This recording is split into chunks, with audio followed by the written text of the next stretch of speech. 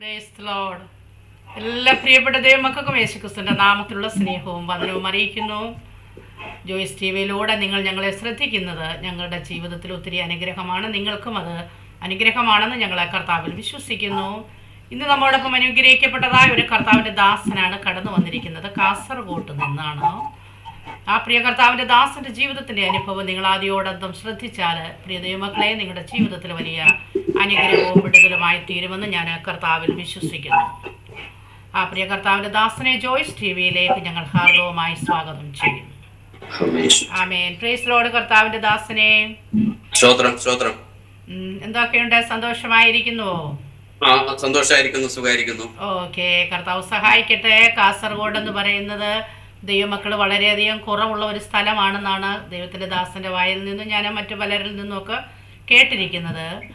Okay, ആ കർത്താവിൻ്റെ ദാസനെ ആ ദേശത്ത് ദൈവം ഉപയോഗിക്കട്ടെ. അവിടെയുള്ള എല്ലാ ദൈവദാസന്മാരെയും വിശ്വാസികളെയും ഒക്കെ കർത്താവ് അനുഗ്രഹിക്കട്ടെ. അനേകര് കർത്താവിലേക്ക് കടന്നു വരുവാൻ നിങ്ങളുടെ ശുശ്രൂഷകൾ മുഖാന്തരമാക്കി തീരട്ടെ എന്ന് ആദ്യമേ തന്നെ ഞാൻ ആശംസിക്കുകയാണ്. ദൈവദാസന്റെ ജീവിതത്തിന്റെ സാക്ഷ്യത്തിന്റെ അനുഭവത്തിലേക്ക് കടന്നു പോകുന്നതിന് മുന്നമേ തന്നെ നമുക്ക് ദൈവസന്നിധിയിൽ ഒന്ന് പ്രാർത്ഥിക്കാം. Hallelujah, hallelujah. സ്തോത്രം, സ്തോത്രം. പരിശുദ്ധ കർത്താവേ, നന്ദി നിറഞ്ഞ ഹൃദയത്തോട് ഞങ്ങളെ സ്തുതിക്കുന്നപ്പാ, വാഴ്ത്തുന്നപ്പാ. അങ്ങയുടെ മഹാസാന്നിധ്യം ഞങ്ങളോട് കൂടെ ഇരിക്കുന്നതിനാൽ നന്ദി കർത്താവേ. ഞങ്ങളെ തന്നെ ദൈവകരങ്ങളിൽ ഏൽപ്പിച്ച് പ്രാർത്ഥിക്കുന്ന കർത്താവിന്റെ ദാസനെ ഏൽപ്പിക്കുന്നു. ദൈവം നടത്തിയ വിധങ്ങളും വഴികളും ഒക്കെ സംസാരിപ്പാനുള്ള കൃപ കർത്താവ് കൊടുത്താട്ട് കേൾവിക്കാരുടെ ജീവിതത്തിൽ അനുഗ്രഹമായി തീരട്ടെ. യേശു ക്രിസ്തുവിന്റെ നാമത്തിൽ തന്നെ ആമേൻ. ഹല്ലേലൂയ. Praise Lord, praise Lord. ദേവദാസനെ കാസർഗോഡാണെന്ന് പറഞ്ഞു. കാസർഗോഡ് എവിടെ നിന്നാണ്? വീട്ടിൽ ആരൊക്കെയുണ്ടെന്ന് പരിചയപ്പെടുത്തിയാട്ട്.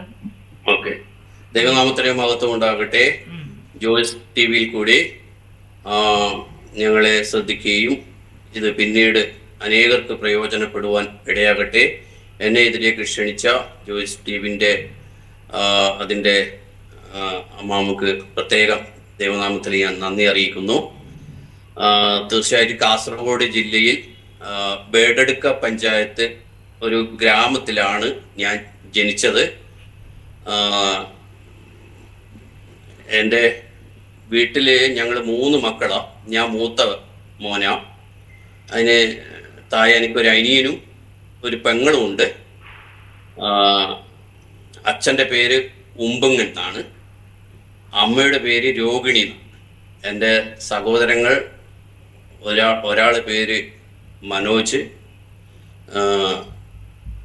ഒരാളുടെ പേര് ശ്രീവിദ്യ, എൻ്റെ പേര് അശോക് കുമാർ. അത് നേരത്തെ പറയാൻ വിട്ടുപോയി. അപ്പോൾ തീർച്ചയായിട്ടും യേശുക്രിസ്തുവിനെ ഒരു തരത്തിലും ഇന്നുവരെ കേൾക്കാനോ അങ്ങനെ ഒരു സമ്പ്രദായേ ഇല്ലാത്ത ഒരു പഞ്ചായത്തിലാണ് ഞങ്ങളായിരിക്കുന്നത്. കാരണം ക്രിസ്ത്യാനികൾ തീരെ ഇല്ലാത്ത ഒരു മേഖലയാണ്.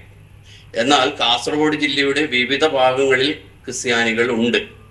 അപ്പോൾ ഈ മേഖലയിൽ എന്തുകൊണ്ട് ക്രിസ്ത്യാനികൾ വന്നില്ല എന്ന് പിന്നീട് ഞാൻ ഇങ്ങനെ ചിന്തിക്കുമ്പോൾ, ഇവിടെയുള്ള ഈ മേഖലയിൽ ഏകദേശം 70% ചീങ്കപ്പാറയാണ്. ഈ ചീങ്കപ്പാറയുള്ള മേഖലയിലൊന്നും കുടിയേറ്റക്കാർ വന്നിട്ടില്ല. കുടിയേറ്റക്കാർക്ക് പ്രത്യേകിച്ചിട്ട് അവർ കൃഷിക്കാരാണ്. ഇപ്പോഴാണ് അവരുടെ മക്കളൊക്കെ വിദ്യാഭ്യാസമൊക്കെ ആയിട്ട് വിദേശത്തേക്ക് ആയിരിക്കുന്നെങ്കിലും അവർ ഈ കാസർഗോഡ് ജില്ലയിൽ കുടിവേടി പാർക്കുന്ന മേഖല ആ സമയത്തൊന്നും അവരെ കൃഷിയുള്ള സ്ഥലങ്ങൾ തേടി വന്നു എന്നുള്ളതാണ്, അല്ലെങ്കിൽ നല്ല മണ്ണ് നോക്കിയിട്ട് വന്നു എന്നുള്ളതാണ് എനിക്ക് മനസ്സിലാക്കാൻ പറ്റിയത്. അപ്പൊ ഞങ്ങൾ പാസ്റ്റ് അവിടെ തന്നെ ജനിച്ചു വളർന്നതാണല്ലോ അല്ലേ? അതെ, ഞാൻ ഈ കാസർഗോഡ് ജില്ലയിൽ തന്നെ, അല്ലെങ്കിൽ എന്താ പറയുക, ഇവിടുത്തെ തന്നെയാണ് ജനിച്ചു വളർന്നത്. എൻ്റെ എല്ലാവരും ഇവിടെ തന്നെ ഉള്ളവരാണ്. ഞാൻ ഇവിടെ തന്നെ ജനിച്ചു വളർന്ന ഒരു വ്യക്തിയാണ്. ഓക്കെ പാസ്റ്റർ, ഇനി ഞാൻ ദേവദാസന്റെ ജീവിതത്തിന്റെ അനുഭവം ഷെയർ ചെയ്യാനുള്ള സമയം തരികയാണ്. അതിനായിട്ട് കർത്താവിന്റെ ദാസനെ ഒരു പ്രാവശ്യം കൂടെ ഞങ്ങൾ ക്ഷണിച്ചുകൊള്ളുന്നു. ഇനിയുള്ള സമയം കർത്താവിന്റെ ദാസനെ ഉപയോഗിച്ചാണ് ജീവിതാനുഭവം. അപ്പോൾ ഞാൻ നേരത്തെ പറഞ്ഞതുപോലെ തന്നെ ഒരിക്കലും യേശു ക്രിസ്തുവിനെ അറിയാത്തൊരു മേഖലയിൽ നിന്നും യേശുവിനെ അറിയുവാൻ ഇടയായി. അതെൻ്റെ ജീവിതത്തിൽ അതിൽ തുടക്കം മുതലുള്ള ഓരോ കാര്യങ്ങളും ആവോളം ഞാൻ പറയാൻ ശ്രമിക്കും.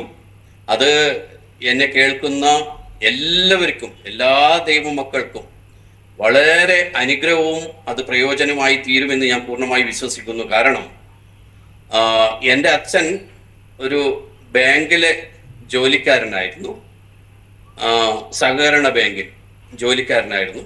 അച്ഛന് 39 വർഷത്തെ സർവീസ് ഉണ്ടായിരുന്നു. അത് ഞാനത് പറയാൻ കാരണം,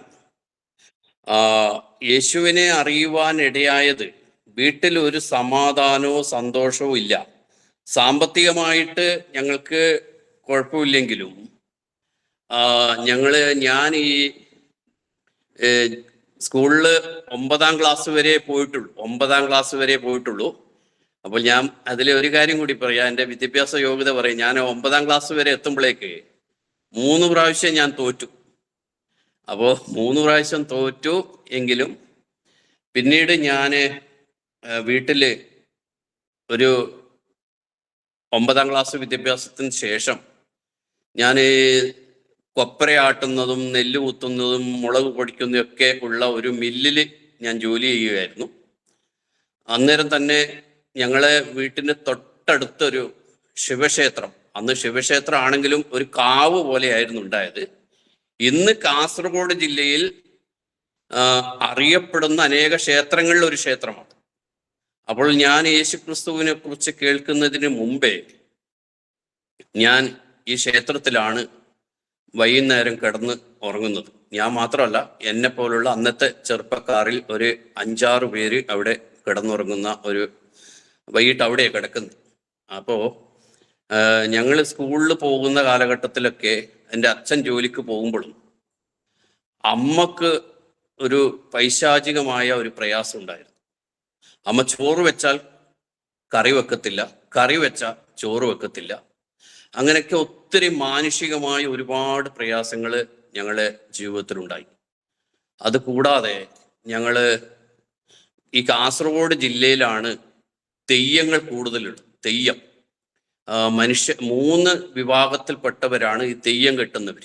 അതിൽ ഒരു വിഭാഗത്തിൽപ്പെട്ടുന്നവരെടുത്ത് പോയി അമ്മക്ക് ഉറുക്ക് അതുപോലെ നുകിലൊക്കെ ഒരു മന്ത്രിച്ച് അമ്മക്ക് കെട്ടും. അപ്പൊ അവർ പറയും 1 കൊല്ലത്തേക്ക് ഇനി കുഴപ്പമൊന്നുമില്ലെന്ന്, 1 കൊല്ലത്തേക്ക് കുഴപ്പമില്ല എന്നൊക്കെ പറഞ്ഞാലും ഒരു 2-3 മാസം കഴിയുമ്പോൾ വീണ്ടും അമ്മക്ക് വളരെ പ്രയാസങ്ങൾ ഉണ്ടാവും. അമ്മക്ക് പ്രയാസമല്ല, ഞങ്ങൾക്ക് ഏറ്റവും കൂടുതൽ പ്രയാസം, ഞങ്ങൾക്ക് വളരെ പ്രയാസമാണ്. അപ്പോൾ നേർച്ച കാഴ്ചകൾ ഞങ്ങൾ കൊടുക്കുന്നുണ്ട്, അമ്പലങ്ങളിൽ ഞങ്ങൾ പോകുന്നുണ്ട്, മറ്റെല്ലാ കാര്യങ്ങളും ചെയ്യുന്നുണ്ട്. വെച്ചാൽ അന്ന് ഞങ്ങൾ സേവിക്കുന്ന ദൈവവുമായിട്ട് നല്ല ബന്ധമാണ് പുലർത്തുന്നത്.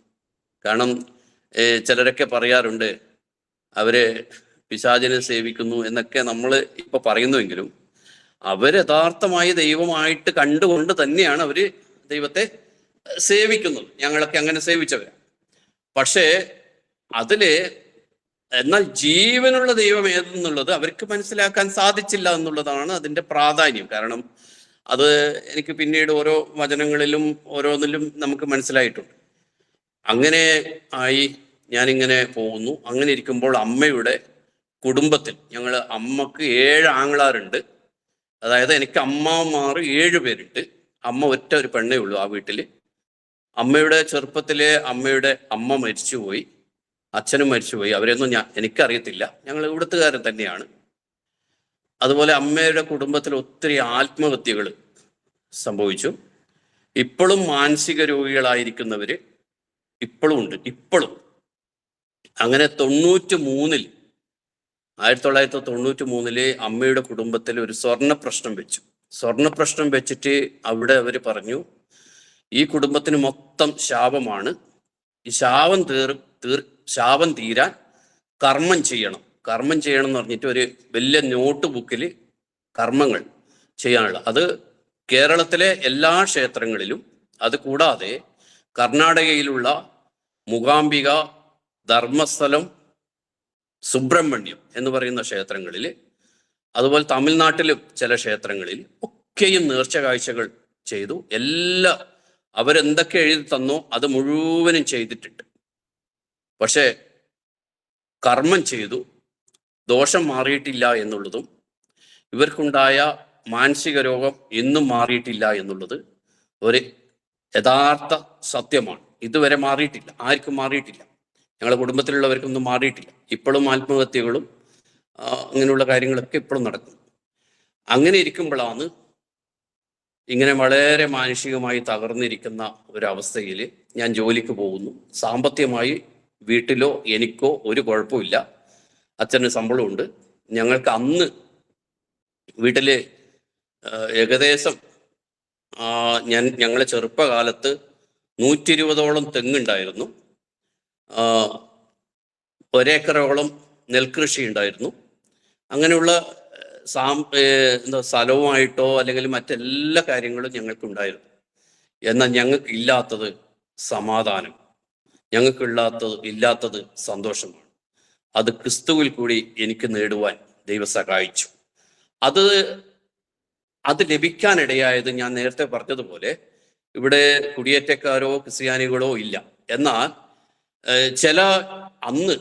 ചില ഏരിയകളിലൊക്കെയും റബ്ബർ തോട്ടമുണ്ട്, ഇഷ്ടംപോലെ റബ്ബർ തോട്ടം. അങ്ങനെ റബ്ബർ ടേപ്പിങ്ങിന് വന്ന ഒരു സഹോദരനാണ് എന്നോട് യേശു ക്രിസ്തുവിനെ കുറിച്ച് പറഞ്ഞത്. അത് 98-ൽ അന്ന് ഞാൻ DYFIയുടെ മേഖലാ കമ്മിറ്റിയിൽ പ്രവർത്തിക്കുകയും അപ്പോൾ തന്നെ ഞാൻ ശബരിമല പോകാൻ, ഞാൻ 3 പ്രാവശ്യം ശബരിമല പോയിട്ടുണ്ട്. ആദ്യം ഞാനൊരു 8 വയസ്സുണ്ടാകുമ്പോൾ ശബരിമല പോയി. അതിനുശേഷം 2 പ്രാവശ്യം ഞാൻ ശബരിമല പോയി. ശബരിമല പോകാൻ വേണ്ടി മാലയിട്ട സമയത്തും DYFIയുടെ മേഖലാ കമ്മിറ്റിയിൽ പ്രവർത്തിക്കുന്ന സമയത്താണ്. അപ്പോൾ തന്നെ ഞാൻ മില്ലിൽ ജോലി ചെയ്യുമ്പോൾ ഈ റബ്ബർ ടേപ്പിങ്ങിന് വന്ന സഹോദരൻ എന്നോട്, അവർ ബന്ധുക്കൂസുകാരെ, അത് പിന്നീടാണ് നമുക്കറിഞ്ഞത്, ഈ കഴുത്തിനും അതുപോലെ ചെവിയിലൊന്നും ആഭരണമൊന്നും ധരിക്കാതെ ഒരു കൂട്ടരാണ് നമുക്ക് ആദ്യമായിട്ട് അവരെ കാണുന്നത്. നമ്മളവരെ ആദ്യമായിട്ട് ഇങ്ങനെ കാണുമ്പോൾ ഇങ്ങനെ സ്വർണ്ണമില്ല, അപ്പോൾ നമ്മൾ വേറെ രീതിയിലെല്ലാം ഇങ്ങനെ ചിന്തിച്ചു ഇവർക്കെല്ലാം ഒന്നും ഇല്ലാത്തവരായിരിക്കും എന്നൊക്കെ ഞങ്ങൾ ചിന്തിച്ചെങ്കിലും ഇതിൻ്റെ കാര്യങ്ങളെല്ലാം മനസ്സിലായത് ഇപ്പോഴാണ്. ഓക്കെ, അത് അങ്ങനെ അവരെ ഈ വ്യക്തി എന്നോട് യേശു ക്രിസ്തുവിനെ കുറിച്ച് പറയും. അവര് എന്നോട് പറഞ്ഞു ഏക ദൈവത്തെക്കുറിച്ചിട്ട്, ഒരു ദൈവത്തെക്കുറിച്ച് പറഞ്ഞു. ഞാൻ പറഞ്ഞു, ചേട്ടാ, ഞങ്ങൾക്ക് ഇതിൻ്റെ ആവശ്യമൊന്നും ഇല്ല. ഞങ്ങൾക്ക് നിങ്ങൾ പറയുന്ന ഒരു ദൈവം, ഞങ്ങൾക്ക് ഇഷ്ടംപോലെ ദൈവമുണ്ട്. ഞങ്ങൾക്ക് ഇഷ്ടംപോലെ ദൈവം എന്ന് പറഞ്ഞാൽ ഞങ്ങൾ വീട്ടിൽ നിന്ന് എഴുന്നേറ്റ് പുറത്തു നിന്ന് നോക്കുമ്പോൾ തന്നെ വലിയൊരു ക്ഷേത്രമുണ്ട്. അതുകൂടാതെ ഞങ്ങൾക്ക് കുടുംബപരമായിട്ട്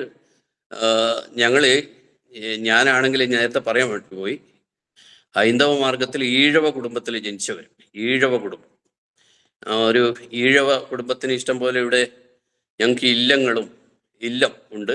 അതുപോലെ തറവാടുകളുണ്ട്. ഞങ്ങൾക്ക് തറവാടുണ്ട്, വലിയ തറവാട്ടുകാരാണ് ഞങ്ങൾ, വലിയ തറവാട്. ഒത്തിരി ജനം കൂടുന്ന കാസർഗോഡ് ജില്ലയിൽ അറിയപ്പെടുന്ന തറവാട്ടിലെ ഒരു വ്യക്തിയാണ് ഞാൻ.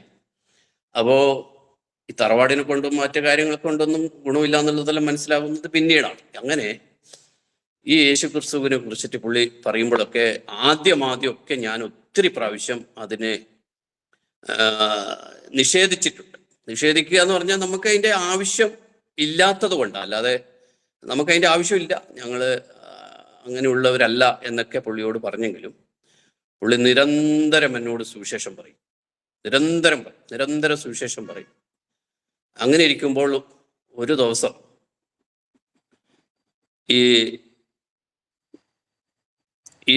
എന്നോട് സുവിശേഷം പറഞ്ഞ വ്യക്തി 16 കിലോമീറ്റർ ദൂരമാണ് ആരാധനയ്ക്ക് പോകുന്നത്. അന്ന് ഈ ഒരു ഞായറാഴ്ച പുള്ളിക്ക് പോകാൻ പറ്റിയില്ല. അന്നേരം പുള്ളിയുടെ കുഞ്ഞുങ്ങളെയും ഭാര്യനെയും കൂട്ടാനായിട്ട് ഞങ്ങൾ കുറച്ച് നേരത്തെ അവിടെ പോയി. ആ പോയപ്പോൾ അവിടെയുള്ള ദേവദാസൻ, ഞങ്ങൾ അവിടെ ആരാധനയുടെ അകത്തൊന്നും പോയിട്ടില്ല, ഒരു വാടക കെട്ടിടത്തിലായിരുന്നു. തൃശ്ശൂരുള്ളൊരു ദേവദാസനാണ്, കുന്നുംകുളത്തിൽ. ആ ദേവദാസൻ എന്നെ കുറിച്ചിട്ടുള്ളതും എൻ്റെ വീട്ടിലുള്ള കാര്യങ്ങളൊക്കെ അവിടുന്ന് ഉള്ളുന്ന് വിളിച്ചു പറയാനും കേൾക്കാനും ഞാൻ ഇടയായി. അന്നേരം ഞാൻ ഇതിൽ എന്തോ ഒരു കാര്യമുണ്ടല്ലോ എന്ന് വിചാരിച്ച് ഞാൻ പുറത്ത് നിൽക്കുക. പിന്നത്തെ ആഴ്ചയൊന്നും പോയില്ല. പിന്നെ കുറേ ദിവസങ്ങൾക്ക് അല്ലെങ്കിൽ ആഴ്ചകൾക്ക് ശേഷം വീണ്ടും 2-3 ആഴ്ച ഞാൻ അവിടെ പോയെങ്കിലും പിന്നീട് ഒരു ദിവസം അമ്മക്ക് ഭയങ്കര മാനസികമായി പ്രയാസങ്ങൾ വരും.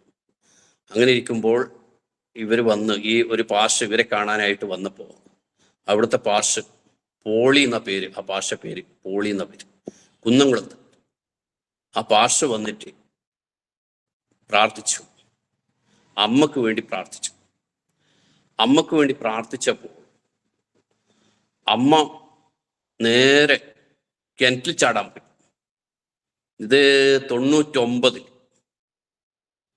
അതിനു മുമ്പേ 99 കിണറ്റിൽ ചാടാൻ പോയി.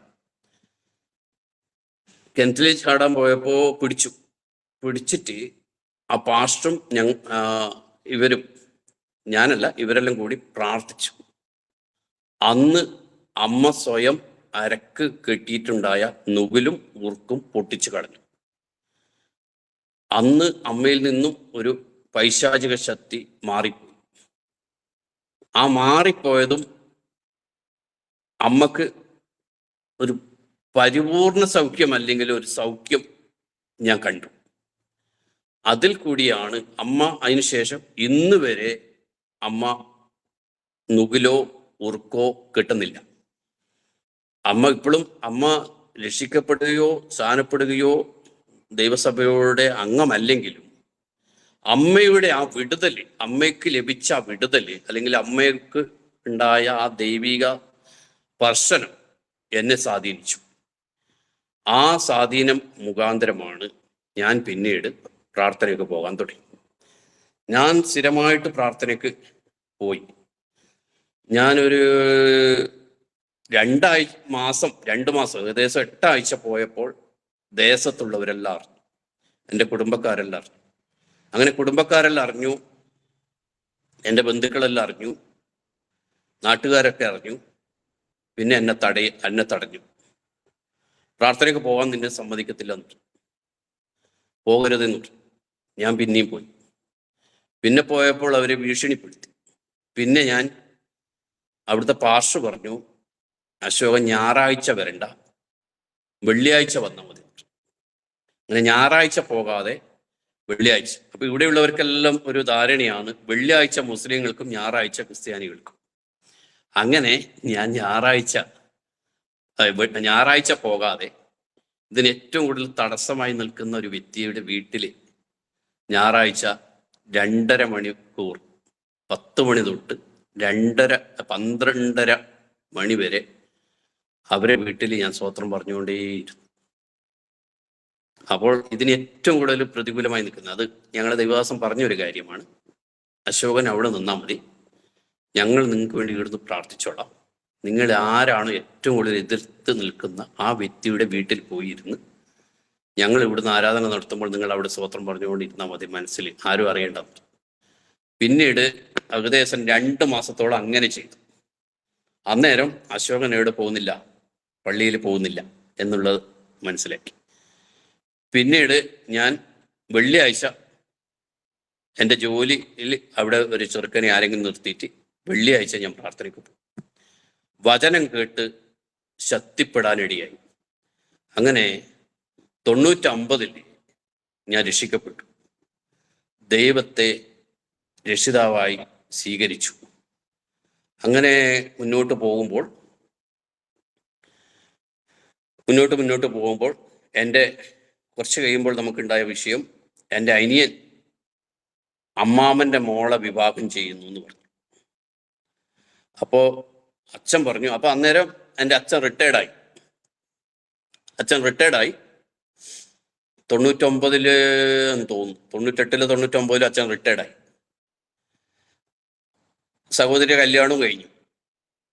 അത് കഴിഞ്ഞിട്ട് എൻ്റെ അനിയൻ കല്യാണം കഴിക്കുന്ന അമ്മാവൻ്റെ മോളാന്ന് പറഞ്ഞു. എൻ്റെ അടുത്തുള്ള ഒരു വീട്ടിൽ എനിക്കും ഒരു വിവാഹം ആലോചിച്ചു.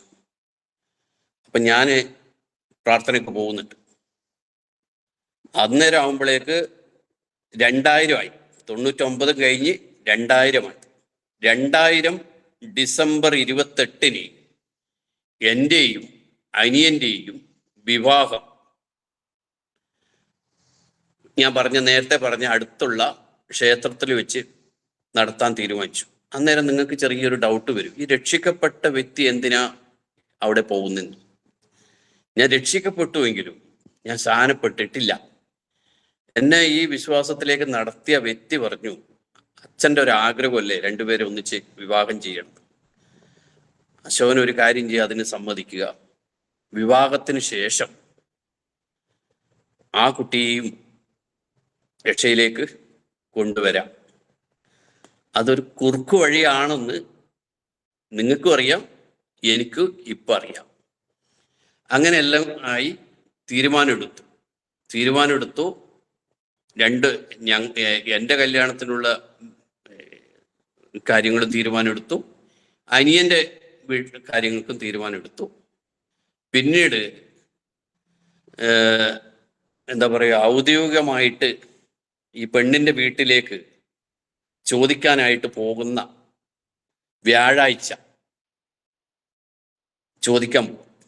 ബുധനാഴ്ച വൈകിട്ട് പെണ്ണിൻ്റെ അച്ഛൻ വീട്ടിൽ വന്നിട്ട് എൻ്റെ അച്ഛനോട് പറഞ്ഞു, അത് ശരിയാകത്തില്ലെന്ന്, ആ കല്യാണം ശരിയാകത്തില്ലെന്ന്. അന്നേരം പിന്നെ നാട്ടിൽ മുഴുവനും അറിഞ്ഞു, അശോകൻ ഇന്നാളെ മോളെ വിവാഹം ചെയ്യുന്നു, മനോജ് ഇന്ന പെണ്ണിനെ വിവാഹം ചെയ്യുന്നു. എല്ലാ കാര്യവും നാട്ടിൽ മുഴുവനും അറിഞ്ഞു. വിവാഹം മുടങ്ങി എന്നാ പറയുന്നത്. അന്ന് പറയുന്നത് അശോകന്റെ കല്യാണം മുടങ്ങി. എന്നിട്ട് ഈ മുടക്കാനായിട്ട് ഇതിന് നേതൃത്വം കൊടുത്ത ആള് ഞാൻ ജോലി ചെയ്യുന്ന മില്ലിലേക്ക് വന്നിട്ട് എന്നോട് പറഞ്ഞു, അശോക, നിന്റെ കല്യാണം മുടങ്ങിയ കാര്യം നിനക്കറിയൂ? ഞാൻ പറഞ്ഞു, എനിക്കറിയത്തില്ല. അത് നീ പ്രാർത്ഥനയ്ക്ക് പോകുന്നത് കൊണ്ടാ. നീ പ്രാർത്ഥനയ്ക്ക് പോകാതിരിക്കുമെങ്കിൽ നമുക്ക് ഈ വിവാഹം നടത്താൻ പറഞ്ഞു. അന്നേരം ഞാൻ പറഞ്ഞു, ഇവിടെ പെണ്ണ് എന്ന് പറഞ്ഞു. ഞാൻ പറഞ്ഞു, എനിക്ക് പെണ്ണ് വേണ്ട, ഞാൻ കല്യാണം കഴിക്കുന്നില്ല, എന്നെ നിങ്ങൾ എന്ത് ചെയ്യുക, വെറുതെ വിടുക എന്ന് പറഞ്ഞു. ശരിക്കും പറഞ്ഞാലേ എൻ്റെ കല്യാണം മുടങ്ങിയെങ്കിലും ഇവരെടുത്ത തീരുമാനത്തിൽ അവരവിടെ പരാജയപ്പെട്ട ഞാനല്ല. അതിൻ്റെ കാര്യം നിങ്ങൾക്ക് കുറച്ച് കഴിയുമ്പോൾ അത് മനസ്സിലാവും. അങ്ങനെ 2000 ഡിസംബർ 28 എൻ്റെ അനിയൻ്റെ കല്യാണം നിശ്ചയിച്ചതുപോലെ അടുത്തുള്ള ക്ഷേത്രത്തിൽ നടന്നു. അന്ന് അവിടെ വരുന്നവരെല്ലാം ഏട്ടനെ വെച്ച് അനിയൻ കല്യാണം കഴിക്കുക, അത് ഈ നാട്ടിൽ വളരെ അപൂർവമായ ഒരു സംഭവം. ഓരോരുത്തരും എന്നെ പറയാത്തൊന്നുമില്ല. എന്നെ ഇങ്ങനെ വളരെ മാനുഷികമായി അവര് വാക്കുകൊണ്ട് വേദനിപ്പിച്ചു. ഒത്തിരി എനിക്ക് അന്ന് വേദനയുണ്ടായി മാനുഷികമായിട്ട്. എന്നാൽ അതവിടെ കഴിഞ്ഞു. പിന്നെയും ഞാനിങ്ങനെ മുന്നോട്ട് പ്രാർത്ഥനയ്ക്ക് ഇങ്ങനെ പോയിക്കൊണ്ടിരിക്കുകയാണ്. അപ്പോഴും എന്നെ ചിലരൊക്കെ, ഞാൻ ഞായറാഴ്ച തന്നെ പോകുമ്പോൾ ഞാൻ ബസ് കയറുന്ന സ്ഥലത്ത് വന്ന് കുറച്ച് പേര് നിൽക്കും, ഞാൻ ആ ബസ്സിൽ കയറാതിരിക്കും. അന്നേരം ഞാൻ 3 കിലോമീറ്റർ കിഴക്കോട്ട് പടിഞ്ഞാറ് ഭാഗത്തേക്ക് പോകും. 3 കിലോമീറ്റർ പടിഞ്ഞാറോട്ട് പോയിട്ട് അവിടെ ഒരു സ്ഥലത്ത് ഇറങ്ങിയിട്ട്, അത് കുണ്ടൻകുഴി എന്ന് പറയുന്ന സ്ഥലത്താണ്, കുണ്ടൻകുഴി എന്ന് പറയുന്ന സ്ഥലത്ത് ഇറങ്ങിയിട്ട് അവിടുന്ന് പിന്നെ വേറെ ബസ്സിന് കയറിയിട്ട് കിഴക്കോട്ട് പോകും. അപ്പൊ എല്ലാവരും പറയുമോ, അശോകൻ എന്തോ കാസർഗോഡ് ഭാഗത്തേക്ക് പോയി. അപ്പൊ ഞാൻ ശരിക്കും പറഞ്ഞ 3 കിലോമീറ്റർ പോയി കുണ്ടൻകുഴി ഇറങ്ങിയിട്ട് അവിടുന്ന് പിന്നീട് എൻ്റെ പ്രാർത്ഥനാ സ്ഥലത്തേക്ക് പോകാൻ തുടങ്ങി. പിന്നെ അതും അവർക്ക് മനസ്സിലായി. അങ്ങനെ പിന്നീട് അതും പ്രയാസമായപ്പോൾ ഞാൻ പിന്നീട് കാസർഗോഡ് നിന്ന് ഏകദേശം എനിക്ക് തോന്നുന്നു തൃശ്ശൂർ ഗുരുവായൂർ ക്ഷേത്രത്തിന്റെ പടിഞ്ഞാറ് നടയിൽ ഒരു ജെയിംസ് പാസ്റ്റർ, കുറേ കാലം ഞാൻ അവിടെ പോയി ആരാധനയ്ക്ക്. ശനിയാഴ്ച വൈകിട്ട് ഒരു 5:30 മണിയാകുമ്പോൾ കോട്ടയം പാലക്ക് പോകുന്ന ഒരു ചെറിയ ബസ്, ആ ബസ്സിൽ കയറിയിട്ട് ഞാൻ അവിടെ പോകും. അത് ഏകദേശം 2 മണിയാകുമ്പോൾ ഗുരുവായൂരെത്തും, അവിടെ ഇറങ്ങും. പിറ്റേ ദിവസം ആരാധന കഴിഞ്ഞിട്ട് രാത്രി 11 മണിയാകുമ്പോൾ ഗുരുവായൂരിൽ നിന്ന് കയറും ഇങ്ങോട്ട്. രാവിലെ ഞാൻ 5:30 മണിയാകുമ്പോൾ ഞാൻ എൻ്റെ വീട്ടിലെത്തും. ആർക്കും ഇതറിയത്തില്ല. ഏകദേശം എത്രയോ ദൂരമാണ്, എത്രയോ ജില്ല കഴിഞ്ഞിട്ട് അവിടെ ആരാധനയ്ക്ക് പോകും. ഇതിൽ എനിക്കൊരു കാര്യം പറയാനുള്ളത്, ഇന്ന് 2 കിലോമീറ്ററും 3 കിലോമീറ്ററും ആരാധന സ്ഥലത്തേക്ക് പോകുവാൻ ദൈവമക്കൾ പ്രയാസപ്പെടുമ്പോൾ ഞാൻ ഈ മരുഭൂമി, കാസർഗോഡ് എന്ന് പറയുന്നത് ദൈവമക്കളില്ലാത്തൊരു മരുഭൂമിയും ദൈവദാസന്മാർ അന്നില്ലാത്ത മരുഭൂമിയിൽ നിന്നും ഞാൻ എത്രയോ താണ്ടി ദൈവത്തെ ആരാധിക്കാൻ പോയിട്ടുണ്ട്. എത്രയോ പ്രാവശ്യം, ഒരു പ്രാവശ്യം ഒന്നല്ല, ഒരുപാട് പ്രാവശ്യം. അന്ന് എനിക്ക് സാമ്പത്തികമായി ഒരു വിഷയമില്ല, കാരണം പൈസയുണ്ട്. പക്ഷെ ദൈവത്തെ ആരാധിക്കണം എന്നുള്ള വലിയ ആഗ്രഹം ഞാൻ അന്ന് എന്ത് ചെയ്തു, ഇങ്ങനെ പോകുവാനിടയിൽ. അങ്ങനെ ആരാധനയ്ക്ക് ഇങ്ങനെ പോയി. അങ്ങനെ ഇരിക്കുമ്പോൾ ഞാൻ എൻ്റെ ജോലി ചെയ്തുകൊണ്ടിരിക്കുന്ന മില്ലില് അവർ പറഞ്ഞു, ഞാൻ ആരാധനക്കെല്ലാം പോകുന്നുണ്ട്, വളരെ ശക്തമായിട്ട് പോകുന്നുണ്ട്, എല്ലാം ചെയ്യുന്നുണ്ട്. അങ്ങനെ ഇരിക്കുമ്പോൾ എൻ്റെ മില്ലിൽ പണി കുറച്ച് കുറഞ്ഞപ്പോൾ അത് ഞാൻ വാടകയ്ക്ക് എടുത്തു. ഞാൻ വാടകയ്ക്ക് എടുത്തിട്ട് മില്ല് നടത്തുമ്പോഴാണ് ഞങ്ങളെ റോഡ്, അതായത് പൊയിനാച്ചി ബന്തെടുക്ക റോഡിൻ്റെ വലിയ വീതി കൂട്ടി പണിയെടുക്കുമ്പോൾ എൻ്റെ മില്ലിൻ്റെ മുമ്പിലെ പോകുന്ന റോഡ് ബ്ലോക്ക് ചെയ്തു. ഏകദേശം 1 കൊല്ലം ബ്ലോക്ക് ചെയ്തു. 1 വർഷം ബ്ലോക്ക് ചെയ്തപ്പോൾ എനിക്കവിടെ ഒരുപാട് സാമ്പത്തിക നഷ്ടം. ഞാൻ വാടകയ്ക്ക് എടുത്തു, സാമ്പത്തിക നഷ്ടം. അപ്പൊ ഈ സാമ്പത്തിക നഷ്ടം വന്നതിൻ്റെ എല്ലാം പുറകില് ദൈവത്തിനൊരു ഉദ്ദേശം ഉണ്ടായിരുന്നു എന്നുള്ളത്. അതിനു മുമ്പേ ഈ ദൈവവചനം ഇങ്ങനെ ഞാൻ വായിച്ചുകൊണ്ടിരിക്കുക. എനിക്ക് വീട്ടിൽ ബൈബിളൊന്നും വെക്കാൻ പറ്റുന്ന ഒരു അന്തരീക്ഷമായിരുന്നില്ല. എൻ്റെ അച്ഛനൊക്കെ വളരെ എതിരായിരുന്നു. അങ്ങനെ എതിരായിരുന്നു, പ്രയാസമായിരുന്നു, പ്രാർത്ഥിക്കാൻ ബുദ്ധിമുട്ടായിരുന്നു, അങ്ങനെ ഒത്തിരി പ്രയാസങ്ങളുണ്ടായി. അങ്ങനെ ഒരു ദിവസം എന്നോട് ദൈവാത്മാവ് പറയുക, ഉൽപ്പത്തി 12 എനിക്കിത് ഉൽപ്പത്തി എവിടെ, വെളിപ്പാട് എവിടെ, ബൈബിളിൽ എത്ര പുസ്തകമുണ്ട്, ബൈബിളിൽ എന്തൊക്കെയുണ്ട്, ഇതൊന്നും അങ്ങനെ വലിയ അറിവൊന്നും അന്നില്ല. ഇന്ന് വലിയ അറിവില്ലെങ്കിലും ഏകദേശം കുറെ കാര്യങ്ങളൊക്കെ ദൈവം നമുക്ക് മനസ്സിലാക്കി തന്നു. അപ്പൊ ഉൽപ്പത്തി 12 ഞാൻ പോയി. അന്നേരം ഞാൻ ആദ്യം പോയിക്കൊണ്ടിരിക്കുന്ന, അപ്പോഴേക്ക് ഏകദേശം 2001 അപ്പോഴേക്ക് ഞാൻ ആദ്യം പോയിക്കൊണ്ടുണ്ടായ അടുത്ത പാസ്റ്റർ ഈ KP യോഹന്നാന്റെ ആത്മീയ യാത്രയിലെ പാസ്റ്റർ. അപ്പൊ അന്നേരം എന്തോ കുപ്പായം ഇടണമെന്നോ അങ്ങനെ എന്തോ ഒരു ഇത് വന്നപ്പോ ഈ പാസ്റ്റർ പറഞ്ഞു, ഞാൻ കുപ്പായം ഇടാനൊന്നും ഇല്ല എന്ന് പറഞ്ഞിട്ട് പുള്ളി ഇവിടുന്ന് മാറിപ്പോയി. അങ്ങനെ ആത്മീയ യാത്രയുടെ പ്രവർത്തനം, ഞങ്ങളെ പോയിക്കൊണ്ടുണ്ടായ പ്രവർത്തനം നിന്നുപോയി. അങ്ങനെ അതിനുശേഷം ഞാൻ ചർച്ചോക്കോടിലെ വേറൊരു സ്ഥലത്തേക്ക്, അവിടത്തേക്കും 16 കിലോമീറ്റർ യാത്ര ചെയ്തിട്ട് തന്നെയാണ് പോകുന്നത്. അന്ന് കിഴക്കോട്ട് പോയെങ്കിൽ ഇത് പിന്നെ പടിഞ്ഞാറോട്ട് പോയി, കിഴക്ക് മാറി പടിഞ്ഞാറേക്ക് എത്തി. അതിൻ്റെ ഇടയിൽ പല പ്രാവശ്യം തെക്കോട്ടും ആരാധനയ്ക്ക് പോയി. ദൈവത്തിന്റെ കൃപയാൽ ഇപ്പൊ വടക്കോട്ടും കുറെ സ്ഥലത്ത് ആരാധനയ്ക്കും പോയി. അതൊക്കെ ദൈവം ചെയ്തു. അപ്പോ ഈ തെക്ക് പോയി, വടക്ക് പോയി, കിഴക്ക് പോയി, എല്ലാ ദിക്കിലേക്കും ആരാധനയ്ക്ക് പോകുവാൻ കർത്താവ് എനിക്ക് സഹായിച്ചു. അങ്ങനെ അത് കഴിഞ്ഞിട്ട് ഇങ്ങനെ പോയിക്കൊണ്ടിരുമ്പോൾ മില്ലിലെ പണി പോയി, കടം വന്നു, വിഭാഗം ചെയ്യാൻ പറ്റാതെ വളരെ പ്രയാസം ഉണ്ടായി. ഇങ്ങനെ ഉൽപ്പത്തി 12 എന്ന് പറഞ്ഞ എന്തുവാ, വായിച്ചോ അത്? ഉൽപ്പത്തി 12 എന്ന് പറഞ്ഞപ്പോ അത് ഞാൻ പറയും. ഞാൻ പോയി, എനിക്കിത് എവിടെ എന്തെന്ന് എനിക്ക് അറിയത്തില്ല, കാരണം ബൈബിളൊന്നുമില്ല. അങ്ങനെ ഞാൻ ആരാധനയ്ക്ക് പോകുന്ന അവിടുത്തെ പാസ്റ്റർ അടുത്ത് പോയിട്ട് പറഞ്ഞു, പാസ്റ്റേ, ഇന്നലെ രാത്രി എനിക്കിങ്ങനെ ഉൽപ്പത്തി 12 എന്ന് പറഞ്ഞല്ലോ. അപ്പൊ അശോകൻ ഇപ്പൊ അതിനെ കുറിച്ചിട്ടൊന്നും ചിന്തിക്കേണ്ട, ഒന്നും ചിന്തിക്കേണ്ട. ആ ഉൽപ്പത്തി 12 പറയുന്നല്ലോ, അബ്രഹാമിനെ വിളിച്ചു, ഞാൻ കാണിക്കുന്ന ദേശത്തേക്ക് പോവുക. ഞാൻ കാണിക്കുന്ന ദേശത്തേക്ക് പോവുക എന്ന് പറയുമ്പോൾ അവിടെ എന്തെല്ലാം പറയുന്നുണ്ട്? ഒന്ന്, പിതൃഭവനം, ദേശം എല്ലാം വിട്ടേച്ച് പോകാനാ ദൈവം പറയുന്നത്. സകലതും വിട്ടിട്ട് പോകാനാ. നമ്മൾ ദൈവശബ്ദം കേട്ടിട്ട് സകലതും പോയിട്ട് ഒരു കാര്യം വിടുവോ എന്നുള്ളതും കൂടി നമ്മൾ ചിന്തിക്കേണ്ടത്. സകലതൊന്നും വിടത്തില്ല, ഒരു കാര്യം വിടത്തില്ല. പക്ഷെ പാസ്റ്റർ എന്നോട് പറഞ്ഞു, ഇപ്പൊ അശോകൻ അങ്ങനെയുള്ള കാര്യങ്ങളൊന്നും ഇപ്പൊ ചിന്തിക്കേണ്ടെന്ന് പറഞ്ഞു. പിന്നീട് നമുക്ക് മനസ്സിലായി, ദൈവം ദൈവത്തിന്റെ സമയമാകുമ്പോൾ ദൈവം ബാക്കി കാര്യങ്ങളൊക്കെ ചെയ്തു. അത് ഞാൻ ഇങ്ങനെ പറഞ്ഞുകൊണ്ടിരിക്കുമ്പോൾ ആ കാര്യത്തിലേക്ക് വരും. അതിനെ കുറിച്ചിട്ടൊന്നും ചിന്തിക്കേണ്ടെന്ന് പറഞ്ഞു. അങ്ങനെ കടം വന്നു, പ്രയാസമായി, ജോലി നഷ്ടപ്പെട്ടു, ഒന്നുമില്ല, പിന്നെ വീട്ടിലെ. അങ്ങനെ ഇരിക്കുമ്പോൾ ഞാൻ ഇപ്പൊ അന്ന് പോയിക്കൊണ്ടിരിക്കുന്ന പാസ്റ്റർ പറഞ്ഞു, അശോക ഇങ്ങനെ വീട്ടിൽ എത്ര കാലം നിൽക്കും, ഒരു കാര്യം ചെയ്യാം. ആ പാസ്റ്റർ റാന്നിക്കാരൻ, റാന്നിയിലുള്ള പാസ്റ്റർ, ഉണ്ണികൃഷ്ണൻ എന്ന പേര്. ആ പാസ്റ്റർ പറഞ്ഞു, ഒരു കാര്യം ചെയ്യാം, എൻ്റെ ഭാര്യയുടെ ബന്ധുക്കൾ ഒരാള് വിദേശത്തുണ്ട്, തേടാന്ന് പറയത്തില്ല, വിദേശത്തുണ്ട്.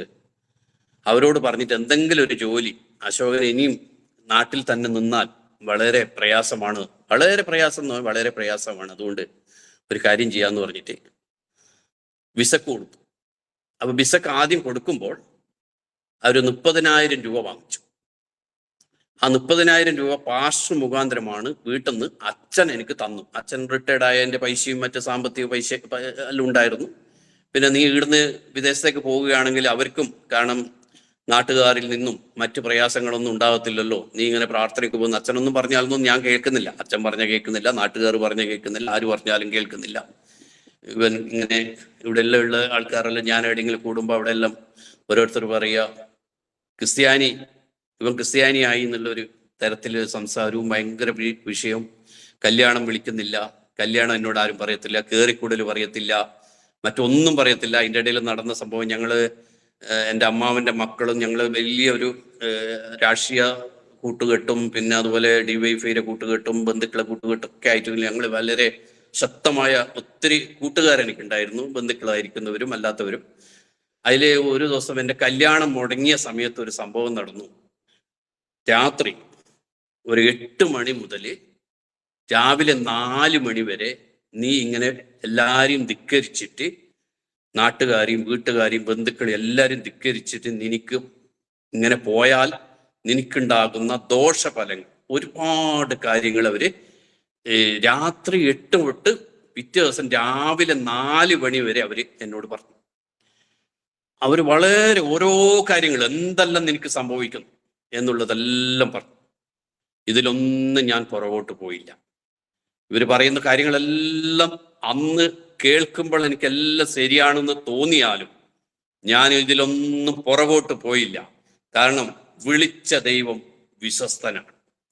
ഒരിക്കലും ഇങ്ങനെ പറയുന്നുണ്ടല്ലോ, കൽപ്പക്ക് കൈ കൊടുത്തിട്ട് പിന്നീട് എന്ത് ചെയ്യല്ലേ, പുറകോട്ട് തിരിഞ്ഞു നോക്കല്ലേ, മുന്നോട്ട് തന്നെ യാത്ര ചെയ്യാൻ സർവശക്തനായ ദൈവം എന്നെ സഹായിച്ചു. അങ്ങനെ ഇവരൊത്തിരി എന്നെ എന്താ പറയല്, അവരൊരു കൗൺസിലിംഗ് എനിക്ക് തന്നു. വളരെ കൗൺസിലിംഗാണ് അവർ തന്നത്. എന്തൊക്കെ നിനക്ക് സംഭവിക്കും, അതൊക്കെ ഒത്തിരി സംഭവിച്ചിട്ടുണ്ട്. ഒരുപാട് കാര്യങ്ങൾ അവർ പറഞ്ഞതുപോലെ സംഭവിച്ചിട്ടുണ്ട്. എന്നാൽ ജീവിക്കുന്ന ദൈവം ഇതിനെല്ലാം മാറ്റി എഴുതി എന്നുള്ളത് സത്യമാണ്. കാരണം ഇങ്ങനെ ഒരു കൗൺസിലിംഗ് എടുത്ത ഒരാള് 2 മാസം മുമ്പേ എൻ്റെ ആരെയൊന്നും ഞാൻ പറഞ്ഞില്ല, കഴിഞ്ഞ ദിവസം ആത്മഹത്യ ചെയ്തു. എന്നോട് ഉപദേശം തന്ന ഒരാൾ ആത്മഹത്യ ചെയ്തു. ഞാൻ ഒത്തിരി പ്രാവശ്യം അവൻ്റെ അടുത്ത് പോയിരുന്നു, പക്ഷെ ആത്മഹത്യ ചെയ്തു. അങ്ങനെ അതിനുശേഷം വിസക്ക് 30,000 രൂപ അച്ഛൻ തന്നെ തന്നു. എന്നാൽ ഇവന് ഈടുന്നിരിക്കാം, പോയി കിട്ടുമല്ലോ, ഈ നാട്ടിൽ നിന്നിരിക്കാം, പോയി കിട്ടുമല്ലോ എന്ന് പറഞ്ഞിട്ട് വിസക്ക് 30,000 കൊടുത്തു. അവർ പറഞ്ഞു 3 മാസം കൊണ്ട് വിസ കിട്ടും. 3 മാസം കൊണ്ട് കിട്ടിയില്ല, 6 മാസം കൊണ്ട് കിട്ടിയില്ല, 1 വർഷമായിട്ടും വിസയില്ല. ആ ഒരു 1.5 വർഷക്കാലം ഞാൻ വീട്ടിൽ നിന്ന് എനിക്ക് ചോറ് തിന്നാൻ എന്നെ സമ്മതിക്കുന്നില്ല. അച്ഛൻ, നീ കൈ കൊട്ടുന്നിടത്ത് തന്നെ പോയിട്ട് ചോറ് തിന്നാൻ പറഞ്ഞു. നിന്റെ ചേട്ടന്മാരെടുത്ത്, ഇവിടെ ക്രിസ്ത്യാനികളെ ചേട്ടന്മാരെന്നോ, നിങ്ങൾ ചേട്ടന്മാരുടെ തന്നെ പോയിട്ട് ചോറ് തിന്നാൻ പറഞ്ഞു. വീട്ടിന്റെ ഉള്ളിൽ, വീട്ടിന്റെ റൂമിൽ എവിടെയും കിടക്കാൻ സമ്മതിക്കത്തില്ല. പിന്നെ വീട്ടിന്റെ മുകളിൽ പോയി ഓല മുടഞ്ഞ്, ഈ തെങ്ങിന്റെ ഓല മുടഞ്ഞതിൽ അത് ഇട്ടിട്ട് അതിൽ കിടന്നു. അതും അച്ഛൻ അവിടെ വന്നിട്ട് അവിടെയും അലമ്പാക്കും. അത് കഴിഞ്ഞ് ഞങ്ങൾക്ക് കുറെ പറമ്പുണ്ട്. കശുമാവിന്റെ ചുവട്ടിൽ തന്നെ ഇരിക്കുക. കാരണം കടമായിട്ട് പുറത്തു പോകാൻ പറ്റില്ല, മറ്റാരെയും കാണാൻ പറ്റില്ല, വളരെ പ്രയാസത്തിൽ ആയിരിക്കും. അങ്ങനെ കശുമാവൻ ചുവട്ടിൻ്റെ അടുക്കൽ അവിടെ തന്നെ ഇരിക്കും. ഞാനിങ്ങനെ ഇടയ്ക്ക് അങ്ങനെ പറയാറുണ്ട്, അവിടെ ഇരുന്ന് ഒത്തിരി കരഞ്ഞ് പ്രാർത്ഥിച്ചു. ആ വർഷമെല്ലാം ഒത്തിരി കശുമാവ്, ഇഷ്ടം പോലെ കശുമാങ്ങ പിടിച്ചിട്ടുണ്ട്, ഇഷ്ടം പോലെ. കാരണം ഞാനിങ്ങനെ പറയാറുണ്ട്, ആ കശുമാവില് ഇത്രയും കായ്ക്കാൻ കാരണം എൻ്റെ കണ്ണുനീരാണെന്നൊക്കെ ഞാൻ പറയാറുണ്ട്. അതുപോലെ പകൽ മുഴുവനും അങ്ങനെ പോകും. രാത്രി വീട്ടിൽ അച്ഛനെല്ലാം ഉറങ്ങിയതിന് ശേഷം വന്നിട്ട് ഇങ്ങനെ കിടക്കുന്നു. അതെല്ലാം കഴിഞ്ഞിങ്ങനെ പോയി കഴിഞ്ഞിട്ട് ഇരിക്കുമ്പോൾ തന്നെ വേറൊരു സംഭവം കൂടി ഉണ്ടായി. വീട്ടിൽ തീരെ നമുക്ക് നിൽക്കാൻ പറ്റാത്ത സമയത്ത് തന്നെ വിശ്വാസത്തിൽ കൊണ്ടുവന്ന വ്യക്തിയുടെ വീട്ടിൽ ഇടയ്ക്ക് രാത്രി. അങ്ങനെ എനിക്കുണ്ടായ ഒരു അനുഭവമാണ്. കാരണം ഞാനത് പറയാൻ കാരണം, അത് പറഞ്ഞാൽ നിങ്ങൾക്കൊക്കെ അത് പ്രയോജനമാകുമെന്ന് ഞാൻ പൂർണ്ണമായിട്ട് വിശ്വസിക്കുന്നു. കേൾക്കുന്ന ജനത്തിന് അത് പ്രയോജനമാകും. ഒരു പറഞ്ഞു, എല്ലാ ദിവസവും വന്ന് ഇവിടെ കിടക്കാൻ ഇതൊരാശ്രമമല്ല, എല്ലാ ദിവസവും ഇവിടുന്ന് ഭക്ഷണം കഴിക്കാൻ ഇതൊരു അനാഥാലയവുമല്ല എന്ന് എന്നെ വിശ്വാസത്തിൽ കൊണ്ടുവന്നവർ പോലും പറഞ്ഞു. പക്ഷെ അവരെ കൊണ്ട് പറയിപ്പിച്ചത് അവര് പറഞ്ഞതല്ല, അത് ദൈവം പറഞ്ഞത്. നമ്മൾ എത്ര കണ്ട് ബലത്തിൽ നിൽക്കുമെന്ന് നമ്മളെ തന്നെ ദൈവം എന്ത് ചെയ്യും? അതിങ്ങനെ പറഞ്ഞില്ലേ, പൊന്നിനെ 7 പ്രാവശ്യം ശുദ്ധീകരിക്കും. പൊന്നിനെ പിന്നെ ശുദ്ധീകരിക്കേണ്ട ആവശ്യമില്ലല്ലോ. ശരിക്കും പറഞ്ഞാൽ നമ്മളെ ദൈവം തീയിൽ കൂടി കടത്തിവിട്ട് നല്ല ഒരു പൊന്നാക്കി മാറ്റും എന്നുള്ളത് എനിക്കതിൽ മനസ്സിലാക്കാനിടയായി. ഞാൻ അവിടുന്ന് ഏകദേശം ഒരു 3 കിലോമീറ്റർ രാവിലെ 4 മണിക്ക് എഴുന്നേറ്റ് ഇങ്ങോട്ട് വന്നു. ഞാൻ ആ 3 കിലോമീറ്റർ അന്ന് ഒത്തിരി നടന്നു പോകുന്നുണ്ടെങ്കിലും ആ 3 കിലോമീറ്റർ നടന്നത് ഒരു 30 കിലോമീറ്റർ നടന്നതുപോലെ എനിക്ക് തോന്നി. എത്ര നടന്നാലും വീട്ടിലെത്തുന്നില്ല. അങ്ങനെയൊക്കെ എൻ്റെ ജീവിതത്തിൽ അനുഭവം വന്നപ്പോൾ അത് സ്വർഗത്തിലെ ദൈവം അത് ചെയ്തതാണ്. ഇന്ന് പലരും നമ്മൾ കേൾക്കുന്നുണ്ട്. അതിന് ശേഷം ഇന്നൊക്കെ ഒത്തിരി പേര് കേൾക്കുന്നുണ്ട്, ഞാൻ വിശ്വാസത്തുനിന്ന് പിന്മാറിപ്പോയി. നമുക്കറിയാലോ, ഇന്നത്തെ കാലഘട്ടത്തിൽ അനേകർ പിന്മാറിപ്പോകുന്ന കാലഘട്ടം. എനിക്ക് ഒരുപാട് വേദനകൾ വന്നിട്ടും പിന്മാറിപ്പോകാതെ നിർത്തിയത് സർവശക്തനായ ദൈവം. അതിനു മുമ്പ് ഇഷ്ടംപോലെ ദൈവം വചനങ്ങൾ തന്നിട്ടുണ്ട്. ആ ദൈവവചനത്തിൽ ഉറച്ചു നിന്നതുകൊണ്ടാണ് ഇന്നും ഞാൻ ഇവിടെ ആയിരിക്കുന്നത്. അങ്ങനെ 2004 ഡിസംബർ മാസത്തിൽ എനിക്ക് വിസ കിട്ടി. വിസ ലഭിച്ചു. അത് ഭയങ്കര സന്തോഷമായി. സന്തോഷം എന്ന് പറഞ്ഞാല് വിസ ലഭിച്ചതിലുള്ള സന്തോഷമല്ല, ഇങ്ങനെയുള്ള ഈ വീട്ടിലുള്ള പ്രയാസങ്ങളും അങ്ങനെയുള്ള. അപ്പൊ തന്നെ എനിക്ക് ഞായറാഴ്ച ആരാധനക്ക് പോകാൻ അന്ന് 8 രൂപ മതി. 8 രൂപ. ആ 8 രൂപ പോലും എൻ്റെ കയ്യിൽ ഇല്ലാത്ത സമയത്ത് രാവിലെ എനിക്ക് അമ്മ 10 രൂപ തരും. 10 രൂപ തരും. ഞാൻ പ്രാർത്ഥനയ്ക്ക് പോകും. അന്നേരം എല്ലാവരും അവസാനം ഒരു പാട്ടുപാടി, എല്ലാവരും എഴുന്നേറ്റ് ഒരു പാട്ടുപാടലിട്ട് സ്തോത്ര കാഴ്ചയിട്ട്. അന്നേരം ഒത്തിരി പ്രാവശ്യം പുറകുന്ന് ഞാൻ ബാത്റൂമിൽ പോയിട്ടുണ്ട്. കാരണം സ്തോത്ര കാഴ്ച ഇടാനില്ല. ആകെ വീട്ടിൽ നിന്ന് തന്നത് 10 രൂപ, അതിൽ 2 രൂപ ബാക്കിയുണ്ട്. പക്ഷേ അവിടുന്ന് പാർഷ ഇങ്ങോട്ട് വരാനുള്ള പൈസ പാർഷ തരും. 10 രൂപ 20 രൂപ തരും. അവിടെ അങ്ങനെ വലിയ പൈസയൊന്നും ഉള്ളതല്ല. ഇനിയിപ്പോൾ 10 രൂപ തന്നില്ലെങ്കിൽ ഞാൻ ഇങ്ങോട്ട് വരത്തില്ല. അപ്പൊ 10 രൂപ വരെ ഭക്ഷണം പോരാ, പിന്നെ എന്നെ പോറ്റാൻ കുറെ ദിവസം നിൽക്കേണ്ടി വരും. പൈസ തരുവോളം നിൽക്കേണ്ടി വരും. 10 രൂപ പാർഷ 10-20 രൂപ തരും. അങ്ങനെ ഒത്തിരി കാലം അങ്ങനെ പോയി. അങ്ങനെ ഈ അവസ്ഥകളെല്ലാം ഒന്ന് മാറുമല്ലോ എന്ന് വിചാരിച്ചിട്ട് വിസ ലഭിച്ചപ്പോൾ വളരെയധികം സന്തോഷിച്ചു. അങ്ങനെ 2005 ജനുവരി 18 പോയി. അപ്പൊ 60,000 രൂപയാണ് വിസക്ക് കൊടുക്കേണ്ടത്. അപ്പൊ 30 മുമ്പേ കൊടുത്തു. ആദ്യം അച്ഛൻ വീട്ടിൽ നിന്ന് പറഞ്ഞു, നീ എൻ്റെ പൈസ എല്ലാം പാർഷ തോപ്പിച്ചിട്ട് പോയി എന്നൊക്കെ ഒത്തിരി പാർഷയും പറഞ്ഞു, എന്നെയും പറഞ്ഞു, ഇങ്ങനെ ഒത്തിരി പറഞ്ഞു. ഏതായാലും വിസ കിട്ടിയപ്പോൾ അച്ഛൻ്റെ അവസ്ഥക്ക് മാറ്റം വന്നു. ബാക്കിയുള്ള 30,000 തന്നു. ടിക്കറ്റെല്ലാം അവർ തന്നു. പിന്നെ ചെലവിനുള്ള 5,000 തന്നു. എല്ലാം തന്നു. ഇവിടുന്ന് കാസർഗോഡ് നിന്ന് നേരെ ബോംബെക്ക് പോയി. ബോംബെന്ന് നേരെ മസ്കറ്റിൽ പോയി എത്തിയത് അവിടെയുള്ള ഒരു ക്ലീനിങ് കമ്പനിയിലാണ് പോയത്. നമുക്ക് അവിടുന്ന് കിട്ടുന്ന പൈസയൊന്നും അല്ല വലുത്. അന്ന് എനിക്ക് അവിടെ കിട്ടുന്ന ശമ്പളം എന്ന് പറഞ്ഞാൽ 30 റിയാല ഒരു മാസം, ഒരു ദിവസം 1 റിയാൽ. അന്ന് 1 റിയാലിന് എനിക്ക് തോന്നുന്നു 104 ഉറുപ്യ ഇവിടുത്തെ പൈസ. 30 റിയാല് കിട്ടിയപ്പോൾ ടോട്ടൽ എനിക്ക് തോന്നുന്നത് ഒരു 4000 രൂപയോളം. ഞാൻ ഇതിനേക്കാൾ എത്രയോ അധികം ഇവിടെ എനിക്ക് പൈസ കിട്ടിയതാ. പക്ഷേ ഈ 4000 രൂപയോ 30 റിയാലോ ഒന്നുമല്ല എനിക്ക് വിഷയം. നല്ലൊരു ദൈവദാസനെയും നല്ലൊരു കൂട്ടായ്മയും കർത്താവ് എനിക്ക് തന്നു. കമ്പനിക്കകത്ത് തന്നെ കമ്പനിയുടെ മാനേജർ ചെറിയനാട്ടുകാരൻ, ചെങ്ങന്നൂര് ചെറിയനാട് മാത്യു റോയി എന്ന് പറയുന്ന ഒരു അച്ചായനായിരുന്നു, പെന്തക്കോസ്തുകാരനായിരുന്നു. അവിടുത്തെ CFA ചർച്ചിൽ പിറ്റേ ദിവസം മുതൽ, അപ്പോൾ അവിടുന്ന് പിറ്റേ ദിവസം മുതൽ പ്രാർത്ഥനയ്ക്ക് പോകാൻ തുടങ്ങി വളരെ സന്തോഷത്തോടെ. അന്ന് ഞാൻ ആ ക്യാമ്പിൽ ഞങ്ങൾ 3 പേരെ പെന്തക്കോസ്തുകാർ. അതിൽ ഞാൻ മാത്രമാണ് ശരിക്കും പറഞ്ഞാൽ അന്ന് ബൈബിള് ഇങ്ങനെ പിടിച്ചിട്ട് പോകുന്നു ക്യാമ്പിലൊക്കെ. അപ്പോൾ ക്യാമ്പിലൊക്കെ അനേകരൊന്നും ബൈബിളൊന്നും ഇങ്ങനെ പിടിച്ചിട്ട് പോകത്തില്ല. അപ്പം ഞാൻ അവിടെ പോയി പലരെയും കാണുമ്പോൾ ഞാൻ ഇങ്ങനെ പറയും, എനിക്ക് ഭയങ്കര വിദ്യാഭ്യാസമാണല്ലോ, ഞാനിങ്ങനെ പറയും, മൈ ഹിന്ദു ആയിരുന്നു, നൗ കൺവെർട്ട് ക്രിസ്ത്യൻ പെന്തക്കോസ്. ഇത്ര പറയും ഞാൻ. ഇത്രയും എനിക്ക് പറയാൻ അറിയത്തില്ല. ഇത്ര പറയുമ്പോൾ അവിടെയുള്ള അറബികൾക്ക് അത് മനസ്സിലാവും. ഇവിടെയുള്ള ക്രിസ്ത്യാനികൾക്കോ വിശ്വാസികൾക്കോ ഇന്നും മനസ്സിലാവുന്നില്ല എന്നുള്ളത് വേറൊരു സത്യമാണ്. അതവിടെ കിടക്കട്ടെ. ഓക്കെ, സ്വത്രം. അങ്ങനെ അവിടെ ആരാധനയ്ക്ക് പോയി.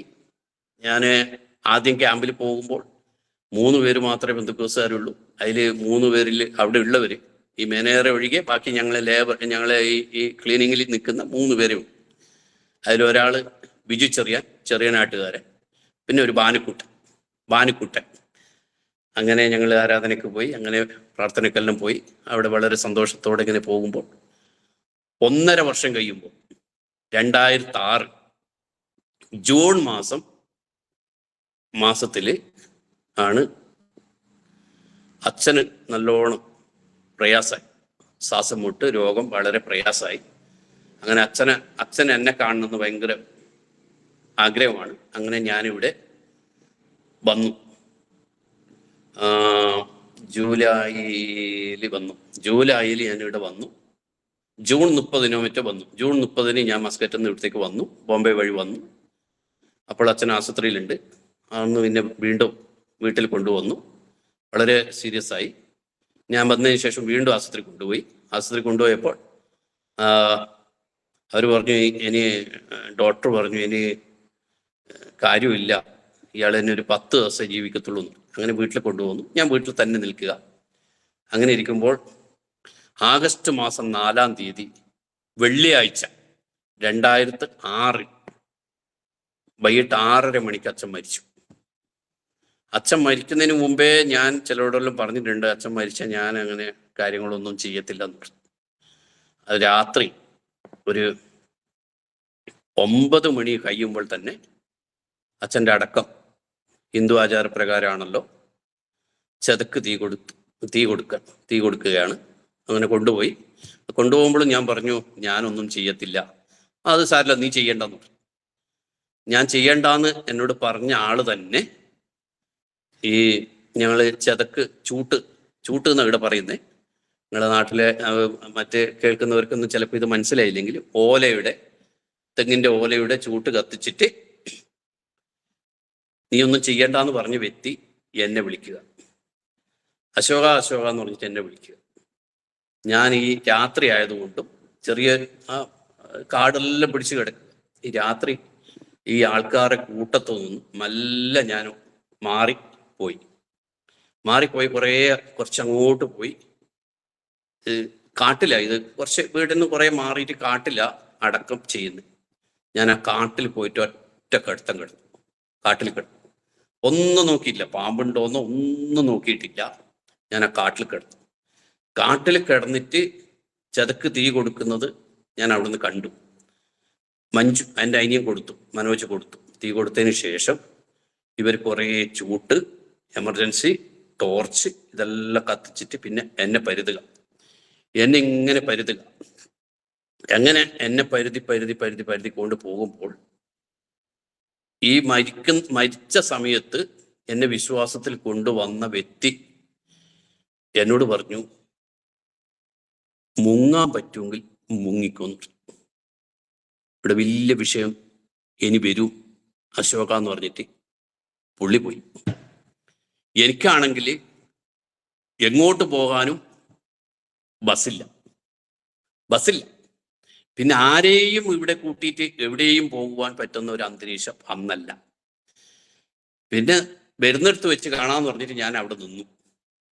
അങ്ങനെ ഇവരെല്ലാം ടോർച്ചെല്ലാം കത്തിച്ച് കുറേ പരുതുന്നെല്ലാം എനിക്ക് കാണുന്നുണ്ട് ഓരോ സ്ഥലത്ത്. പിന്നെ എൻ്റെ വീട്ടിൻ്റെ തൊട്ട് താഴെ ഒരു വീട് പണിതുകൊണ്ടിരിക്കുകയായിരുന്നു. ആ പണിയുന്ന വീട്ടിൻ്റെ മുകളിൽ പോയിട്ട് ഞാൻ നിൽക്കുകയായിരുന്നു കുറേ സമയം. അപ്പം അവിടെ എല്ലാം പരുതുന്നത് എനിക്ക് കാണാം. അത് കഴിഞ്ഞ് എൻ്റെ വീട്ടിന് തൊട്ട് താഴെ ഒരു ക്ലബ്ബുണ്ട്. ആ ക്ലബിലെല്ലാം മുമ്പേ 2 പ്രാവശ്യം പരുത്തിയിട്ട് പോകുന്നത് ഞാൻ കണ്ടത്. പക്ഷെ ആ ക്ലബിന് ഒരു ചെറിയൊരു ഷെഡുണ്ട്. ഈ എന്തെങ്കിലും പരിപാടി നടക്കുമ്പോൾ ഭക്ഷണം ഉണ്ടാക്കും. ആ അടുപ്പിട്ട സൈഡിൽ ഞാൻ പോയിട്ട് കുത്തിരുന്നു. ഒരു പൂച്ച അടുപ്പിന്റെ അടുത്ത് കുത്തിരിക്കുന്നത് പോലെ ഞാൻ കുത്തിരുന്നു. കുറെ കഴിയുമ്പോൾ ഒരു കൂട്ടം ജനം വന്നു, നേരെ ടോർച്ച് അടിച്ചു എൻ്റെ മുഖത്തേക്ക്. പൂച്ചയുടെ കണ്ണൊഴിയുന്ന പോലെ എൻ്റെ കണ്ണൊഴിയുന്നത്. അതാ ഇവനിവിടെ കുത്തിരുന്നിട്ടുണ്ടെന്ന് പറഞ്ഞിട്ട് എന്നെ പിടിക്കലും അടിയും. ഒറ്റ അടിക്ക് തന്നെ നമുക്ക് അൻശേഷം കിട്ടിയതുപോലെ ആയി.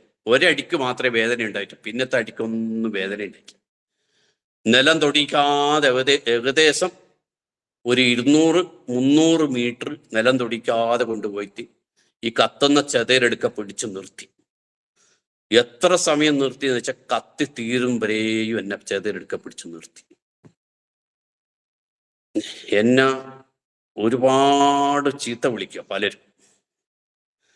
അടിച്ചപ്പോ ചെവിന്നും മൂക്കുന്നും വായിന്നൊക്കെ ചോര വന്നു. ഞാൻ ഒന്നും അനങ്ങാതെ അവിടെ നിന്നു. ഒരനക്കം അനങ്ങാതെ അവിടെ നിന്നു. കുറച്ച് കഴിയുമ്പോൾ ഈ ചെറിയൊരു ചാറ്റൽ മഴ വന്നപ്പോൾ എന്നെ അവർ വിട്ടപ്പോൾ ഞാൻ ആ തീരെ ചൂട് എനിക്ക് ഇങ്ങനെ അടിക്കുക. നമുക്കറിയാലോ, ഒരു ഈ കത്തുന്ന ചതയിലെടുക്ക ചൂടുണ്ടാകുന്നത് നമുക്കറിയാലോ. ആ ചൂടൊന്നും നമുക്കൊരു ചൂടേ അല്ലായിരുന്നു. കാരണം ഞാൻ മസ്കറ്റിൽ ജോലി ചെയ്യുന്ന സമയത്ത് അവിടുത്തെ മേഡം, ഒരു ഒമാനി സ്ത്രീ എന്നോട് പറയും, ആ ഒമാനി സ്ത്രീയോട് ഞാൻ പറഞ്ഞിട്ടുണ്ട്, ഞാൻ പ്രൊട്ടസ്റ്റാന്റ്, മൈ ക്രിസ്ത്യൻ എന്ന് പറഞ്ഞു, മൈ ഫസ്റ്റ് ഹിന്ദു എന്നൊക്കെ പറഞ്ഞ് അവർക്ക് മനസ്സിലായി. അങ്ങനെ അവരെന്നോട് പറയും 12 തൊട്ട് 1 മണി വരെ ഞാൻ പ്രാർത്ഥിക്കുകയായിരുന്നു. അന്നേരം ദാനിയേലിന്റെ പുസ്തകം ദൈവം എന്നെ പഠിപ്പിച്ചു, വ്യക്തമായിട്ട് പഠിപ്പിച്ചു. അതിൽ പറയുന്നുണ്ടല്ലോ 6-ാം അധ്യായത്തിലെ ചന്ദ്രക്കഭേദ് മേശക്കിനെ കുറിച്ച്. അത് കർത്താവ് എന്നെ 1.5 വർഷം പഠിപ്പിച്ചതാണ്. ഈ 12 അധ്യായവും ഞാൻ അവിടുന്ന് വായിക്കും ഉച്ചക്ക്. അത് പിന്നീട് എനിക്ക് മനസ്സിലായത്, ഇവിടെ വന്നപ്പോഴാണ് മനസ്സിലായത്, ഈ 12 അധ്യായം ദൈവം എന്നെ പഠിപ്പിച്ചത് ഇതിനു വേണ്ടിയിട്ടാണ്. രാജാവ് ഉണ്ടാക്കിയ വിഗ്രഹത്തെ ഞാൻ എന്ത് ചെയ്യത്തില്ല, സേവിക്കുകയോ നമസ്കരിക്കുകയോ ചെയ്യില്ല. ഇവരുടെ കർമ്മങ്ങളൊന്നും ചെയ്യുവാൻ ഞാൻ നിന്നില്ല. അതുകൊണ്ട് ആ തീയുടെ ചൂടിൽ നിന്നെല്ലാം എന്നെ ദൈവം പിടിവിച്ചു. അത് കഴിഞ്ഞു. കത്തി ഏകദേശം ഒരു 10-12 മണിയാകുമ്പോഴേക്കും എല്ലാം കത്തി തീർന്നു. എല്ലാവരും പോയി. ഞാനും വന്ന് വീട്ടിൽ കിടന്നു. അന്ന് ഉറങ്ങിയിട്ടൊന്നുമില്ല, ഉറങ്ങാൻ പറ്റുന്നില്ല. പിറ്റേ ദിവസം രാവിലെ ഞങ്ങളെ സമുദായത്തിൽപ്പെട്ട, ഞാൻ പറഞ്ഞല്ലോ ഈഴവ കുടുംബത്തിലാണെന്ന് ഞാൻ പറഞ്ഞല്ലോ, ഏകദേശം ഒരു 12-13 പേര് വീട്ടിൽ വന്നിട്ട് പറഞ്ഞു, അശോക് ഇന്നലത്തെ ഒന്നും കുഴപ്പമില്ല, ഇനിയുള്ള എല്ലാ ചടങ്ങും നീ ചെയ്യണം. ഞാൻ പറഞ്ഞു എനിക്ക് പറ്റത്തില്ല. എന്നാൽ ഈ വീട്ടിൽ താമസിക്കാൻ പറ്റത്തില്ല. എൻ്റെ ബന്ധുക്കളല്ല പറയുന്നത്, നാട്ടുകാരും സമുദായക്കാരാണ് പറയുന്നത്. ഓക്കെ, കുഴപ്പമില്ല, ഞാൻ പൊക്കോളാം, ഇപ്പൊ പോകണമെങ്കിൽ ഇപ്പൊ തന്നെ പോയിക്കോളാം. അപ്പൊ അവര് പറഞ്ഞു ഇപ്പൊ പോണ്ട, ഇവിടെ ചടങ്ങ് നടക്കുന്നതിന്റെ അന്ന് നീ ഇവിടെ ഉണ്ടായിക്കൂടാന്നേ ഉള്ളൂ. അങ്ങനെ പോയിട്ട് ഇവര് സമുദായങ്ങൾ കൂടുന്നൊരു സ്ഥലമുണ്ട്. അവിടെ പോയി തീരുമാനിച്ചു, ഇവനെ റൂമിലിട്ട് പൂട്ടി ഇവനെ കൊണ്ടൊന്നും ചെയ്യിക്കണം. ആദ്യം പറഞ്ഞു നീ ചെയ്യണ്ട, അന്ന് നീ ഇവിടെ ഉണ്ടായിക്കൂടാന്നേ ഉള്ളൂ എന്ന് പറഞ്ഞ അവര് തന്നെ എന്നോട് പറഞ്ഞു അവരവിടെ തീരുമാനിച്ചു. അപ്പോൾ അവിടെ തീരുമാനിച്ച കൂട്ടത്തിലുണ്ടായ ഒരാൾ എന്നോട് വിളിച്ചിട്ട് പറഞ്ഞു, അശോക ഇങ്ങനെയാ തീരുമാനം, നിങ്ങൾക്ക് രക്ഷപ്പെടാൻ പറ്റുമെങ്കിൽ ഇപ്പൊ രക്ഷപ്പെടും. അങ്ങനെ ഞാൻ ഉടുത്ത കൈലിയും ആ ഉടുപ്പും ഇട്ട് ഞാൻ വേറെ വൈക്കേ കൂടിയിട്ട് ഒരു പാൻറ്റും ഒരു ഷർട്ടും പാസ്പോർട്ടും ടിക്കറ്റും പേപ്പറിൽ പൊതിഞ്ഞു കെട്ടി വേറൊരു വൈക്കേ കൂടി പോയി ബസ്സിൽ കയറി ഞാൻ അന്ന് ആരാധനയ്ക്ക് പോയിക്കൊണ്ടുണ്ടായ സ്ഥലത്തേക്ക് പോയി പാസ് എടുത്ത്. അപ്പോഴേക്കെ നാട്ടിലും അതുപോലെ മസ്കറ്റിലും എല്ലായിടത്തും ഈ സംഭവങ്ങൾ അറിഞ്ഞിട്ടുണ്ട്. കേരളത്തിൽ മുഴുവനും അറിഞ്ഞിട്ടുണ്ട്. കാരണം കേരളത്തിലെ പല സ്ഥലങ്ങളിലുള്ളവരാണ് അവിടെ ആരാധനയ്ക്ക് കൂടുന്നു മസ്കറ്റിൽ. അങ്ങനെ പാസ് എടുത്തു. 2-3 ദിവസം നിൽക്കുമ്പോഴേക്ക് തന്നെ വീട്ടിൽ നടക്കുന്ന അന്ന് അപ്പൊ തന്നെ എൻ്റെ പെങ്ങള് പറഞ്ഞു, അച്ഛൻ്റെ കാര്യങ്ങളൊന്നും ചെയ്യാൻ നിനക്ക് പറ്റില്ലെങ്കിൽ നീ പേപ്പറിൽ എഴുതി തരണം, സ്വത്തിനൊന്നും അവകാശം എനിക്ക് വേണ്ടാന്ന് എഴുതി തരണം. ഞാൻ എഴുതി തരാൻ പറ്റും, എനിക്കത് വിഷയമൊന്നുമില്ല, ഞാൻ അതെല്ലാം എഴുതി തരാൻ പറ്റും, എനിക്കൊന്നും വേണ്ടാന്ന് പറഞ്ഞ് ഞാൻ ഇറങ്ങിപ്പോയി. ഒരു 2-3 ദിവസം കഴിയുമ്പോഴേക്ക് പാഷയ്ക്കും വളരെ ഭയമുണ്ടായി. കാരണം കാസർഗോഡ് ഒരു സംഭവം ഒരാൾ ചെയ്യുന്ന പറയുന്നത് നിങ്ങൾക്ക് അറിയാലോ. ഇതിൻ്റെ ഏകദേശം ഒരു 3-4 വർഷം മുമ്പേ പെരിയ ഇരട്ടക്കൊല കാസർഗോഡ് സംഭവിച്ച ഒരു കാര്യമാണ്. പെരിയ ഇരട്ടക്കൊല. അതുകൂടാതെ ഇഷ്ടംപോലെ കൊലപാതകങ്ങൾ കണ്ണൂർ കാസർഗോഡ് നടന്നതും അതെ. ഞാനും ആ രാഷ്ട്രീയ പ്രവർത്തനമൊക്കെ നടത്തിയ ഒരാളാണ്. ബാക്കി കാര്യങ്ങളൊന്നും ഞാൻ പല കാര്യങ്ങളും വെളിപ്പെടുത്തുന്നില്ല. കുറേ വിട്ടുവിട്ടാ ഞാൻ ഈ പറയുന്നത് തന്നെ, നിങ്ങളത് മനസ്സിലാകും. നിങ്ങൾക്ക് പലതും ഞാൻ ഒഴിവാക്കി പറയുന്നുണ്ട്. അതിൻ്റെ കാരണം ഇങ്ങനെ ഇത് ചിലപ്പോൾ പിന്നീട് ആരൊക്കെ കേൾക്കുന്നു എന്നുള്ളത് നിങ്ങൾക്ക് അറിയാമല്ലോ. അതുകൊണ്ട് ഞാൻ എല്ലാ കാര്യങ്ങളൊന്നും പറയുന്നില്ല. ഓക്കെ, സ്വതന്ത്രം. ഭാഷയ്ക്ക് ഭയങ്കര ഭയമുണ്ട്. അങ്ങനെ ഇരിക്കുമ്പോൾ ഞങ്ങളെ മസ്കറ്റിൽ ക്യാമ്പിലുണ്ടായ ഭക്ഷണം ഉണ്ടാക്കുന്ന കുക്ക് നാട്ടിലേക്ക് വന്നിട്ട് ഞങ്ങളെ ഭാഷ വിളിച്ചിട്ട് ഇങ്ങനെ ചോദിച്ചേ, ഞങ്ങളെ അശോക് കുമാർ ഇപ്പൊ എങ്ങനെയുണ്ട്, അങ്ങനെ ചോദിച്ചത്. അപ്പൊ പാസ്റ്റർ പറഞ്ഞു, ഞാൻ അവിടെ ഒരു റൂമിലുണ്ട്, ഞാൻ കേൾക്കുന്നുണ്ട്. അശോകന്റെ വിഷയത്തിൽ ഞങ്ങൾ ഒരു തീ തിന്നുന്ന ഒരു അവസ്ഥയിലാണ്. അശോകനെ കഴിച്ചിട്ട് ഇറക്കാനുമല്ല മതത്തിട്ട് ഇറക്കാനും അല്ലാത്ത ഒരു അവസ്ഥയാണെന്ന് നമ്മൾ പറയാറുണ്ടല്ലോ, ആ ഒരു അവസ്ഥയാണ്. അപ്പോൾ ആ ബാവുച്ചാൻ പറഞ്ഞു, ഒരു കാര്യം ചെയ്യും, അശോകൻ ഇങ്ങോട്ട് കയറ്റി വിടും. അങ്ങനെ അന്ന് തിരുവനന്തപുരം ഉച്ചക്കട എന്ന് പറയുന്ന സ്ഥലത്ത് പോയി അവിടെ താമസിച്ചു. പിന്നെ ഒരുത്തനും എന്നെ എന്ത് ചെയ്യാൻ പറ്റില്ല, തൊട്ടിട്ടില്ല. ഒരുത്തനും തൊടുവാൻ ദൈവം അനുവദിച്ചിട്ടില്ല. അന്ന് കിട്ടി, നല്ലോണം കിട്ടി. അങ്ങനെ ഞാൻ തിരുവനന്തപുരം ഉച്ചക്കടയിൽ പോയി. അവിടുന്ന് നേരെ വീണ്ടും ബോംബെക്ക് പോയി മസ്കറ്റിൽ പോയി. അന്ന് മസ്കറ്റിൽ പോയപ്പോൾ എനിക്ക് എന്താ പറയല്, കൂടുതലൊരു നല്ല ആദരവും അവിടെയുള്ള ദൈവദാസൻ തലോടി കുഞ്ഞുമോൻ എന്ന് പറയും, ഇന്ന് നിത്യതയിൽ വിശ്രമിക്കുന്നു, തലോടി കുഞ്ഞുമോൻ പാസ്റ്റർ. അവിടുത്തെ പാസ്റ്റർ തലോടി കുഞ്ഞുമോൻ പാസ്റ്ററാണ്. അങ്ങനെ പാസ്റ്റർ 2-3 വർഷം മുമ്പ് മരിച്ചു. എനിക്ക് ഭയങ്കര കൈത്താങ്ങ ആയിരുന്നു. മസ്കറ്റിലെ ആ രാജ്യത്ത് എല്ലാ സ്ഥലങ്ങളിലും ഞാൻ പോയി. എല്ലാ സ്ഥലങ്ങളിലും എന്നെ പാസ്റ്റർ കൊണ്ടുപോകും. പക്ഷെ എല്ലാ ആരാധനയ്ക്കും എല്ലാ സ്ഥലങ്ങളിലും ഞാൻ ശനിയാഴ്ച ഒഴികെ ബാക്കി എല്ലാ ആരാധനയ്ക്കും ഈ 2005 മുതൽ അവിടെയുള്ള എല്ലാ ആരാധനയ്ക്കും ഞാൻ പോകും. ശനിയാഴ്ച മാത്രമേ ഞങ്ങൾക്ക് മീറ്റിംഗ് ഇല്ല, ബാക്കി എല്ലാ മീറ്റിങ്ങിനും ഞാൻ പോകും. അത് അച്ഛൻ്റെ മരണത്തിന് മുമ്പേ പോവും, മരണത്തിന് ശേഷവും പോവും. അങ്ങനെ അവിടെ ഇങ്ങനെ പിന്നീട് ആരാധനക്കെല്ലാം അവിടെ പോയി. വീട്ടിൽ നിന്ന് ഇറക്കി വിടുമ്പോൾ ഞാൻ പറഞ്ഞല്ലോ, നേരത്തെ വന്നവർ പറഞ്ഞു, നീ അങ്ങനെ പോവുകയാണെങ്കിൽ ഇനി നിന്റെ അമ്മ മരിക്കും വരെ, അമ്മ ചാവും വരെ എന്നാ പറഞ്ഞത്, അമ്മ മരിക്കും വരെ കാസർഗോഡ് ജില്ലയിൽ കാലുകുത്താൻ അനുവദിക്കത്തില്ല എന്ന് പറഞ്ഞു. ഇനി നിന്റെ അമ്മ ചാകും വരെ കാസർഗോഡ് ജില്ലയിൽ കുത്താൻ അനുവദിക്കത്തില്ല എന്ന് പറഞ്ഞു. എന്നെ അന്ന് എൻ്റെ അടുത്ത് വന്നിട്ട് ഈ കാര്യം പറഞ്ഞ ആള് ഇന്ന് മസ്കറ്റിലിട്ട് ഞാനാ കൊണ്ടുപോയി. അത് കഴിഞ്ഞിട്ട് ഞങ്ങള് പാസ്റ്റർ ഒരു ദിവസം ഒരു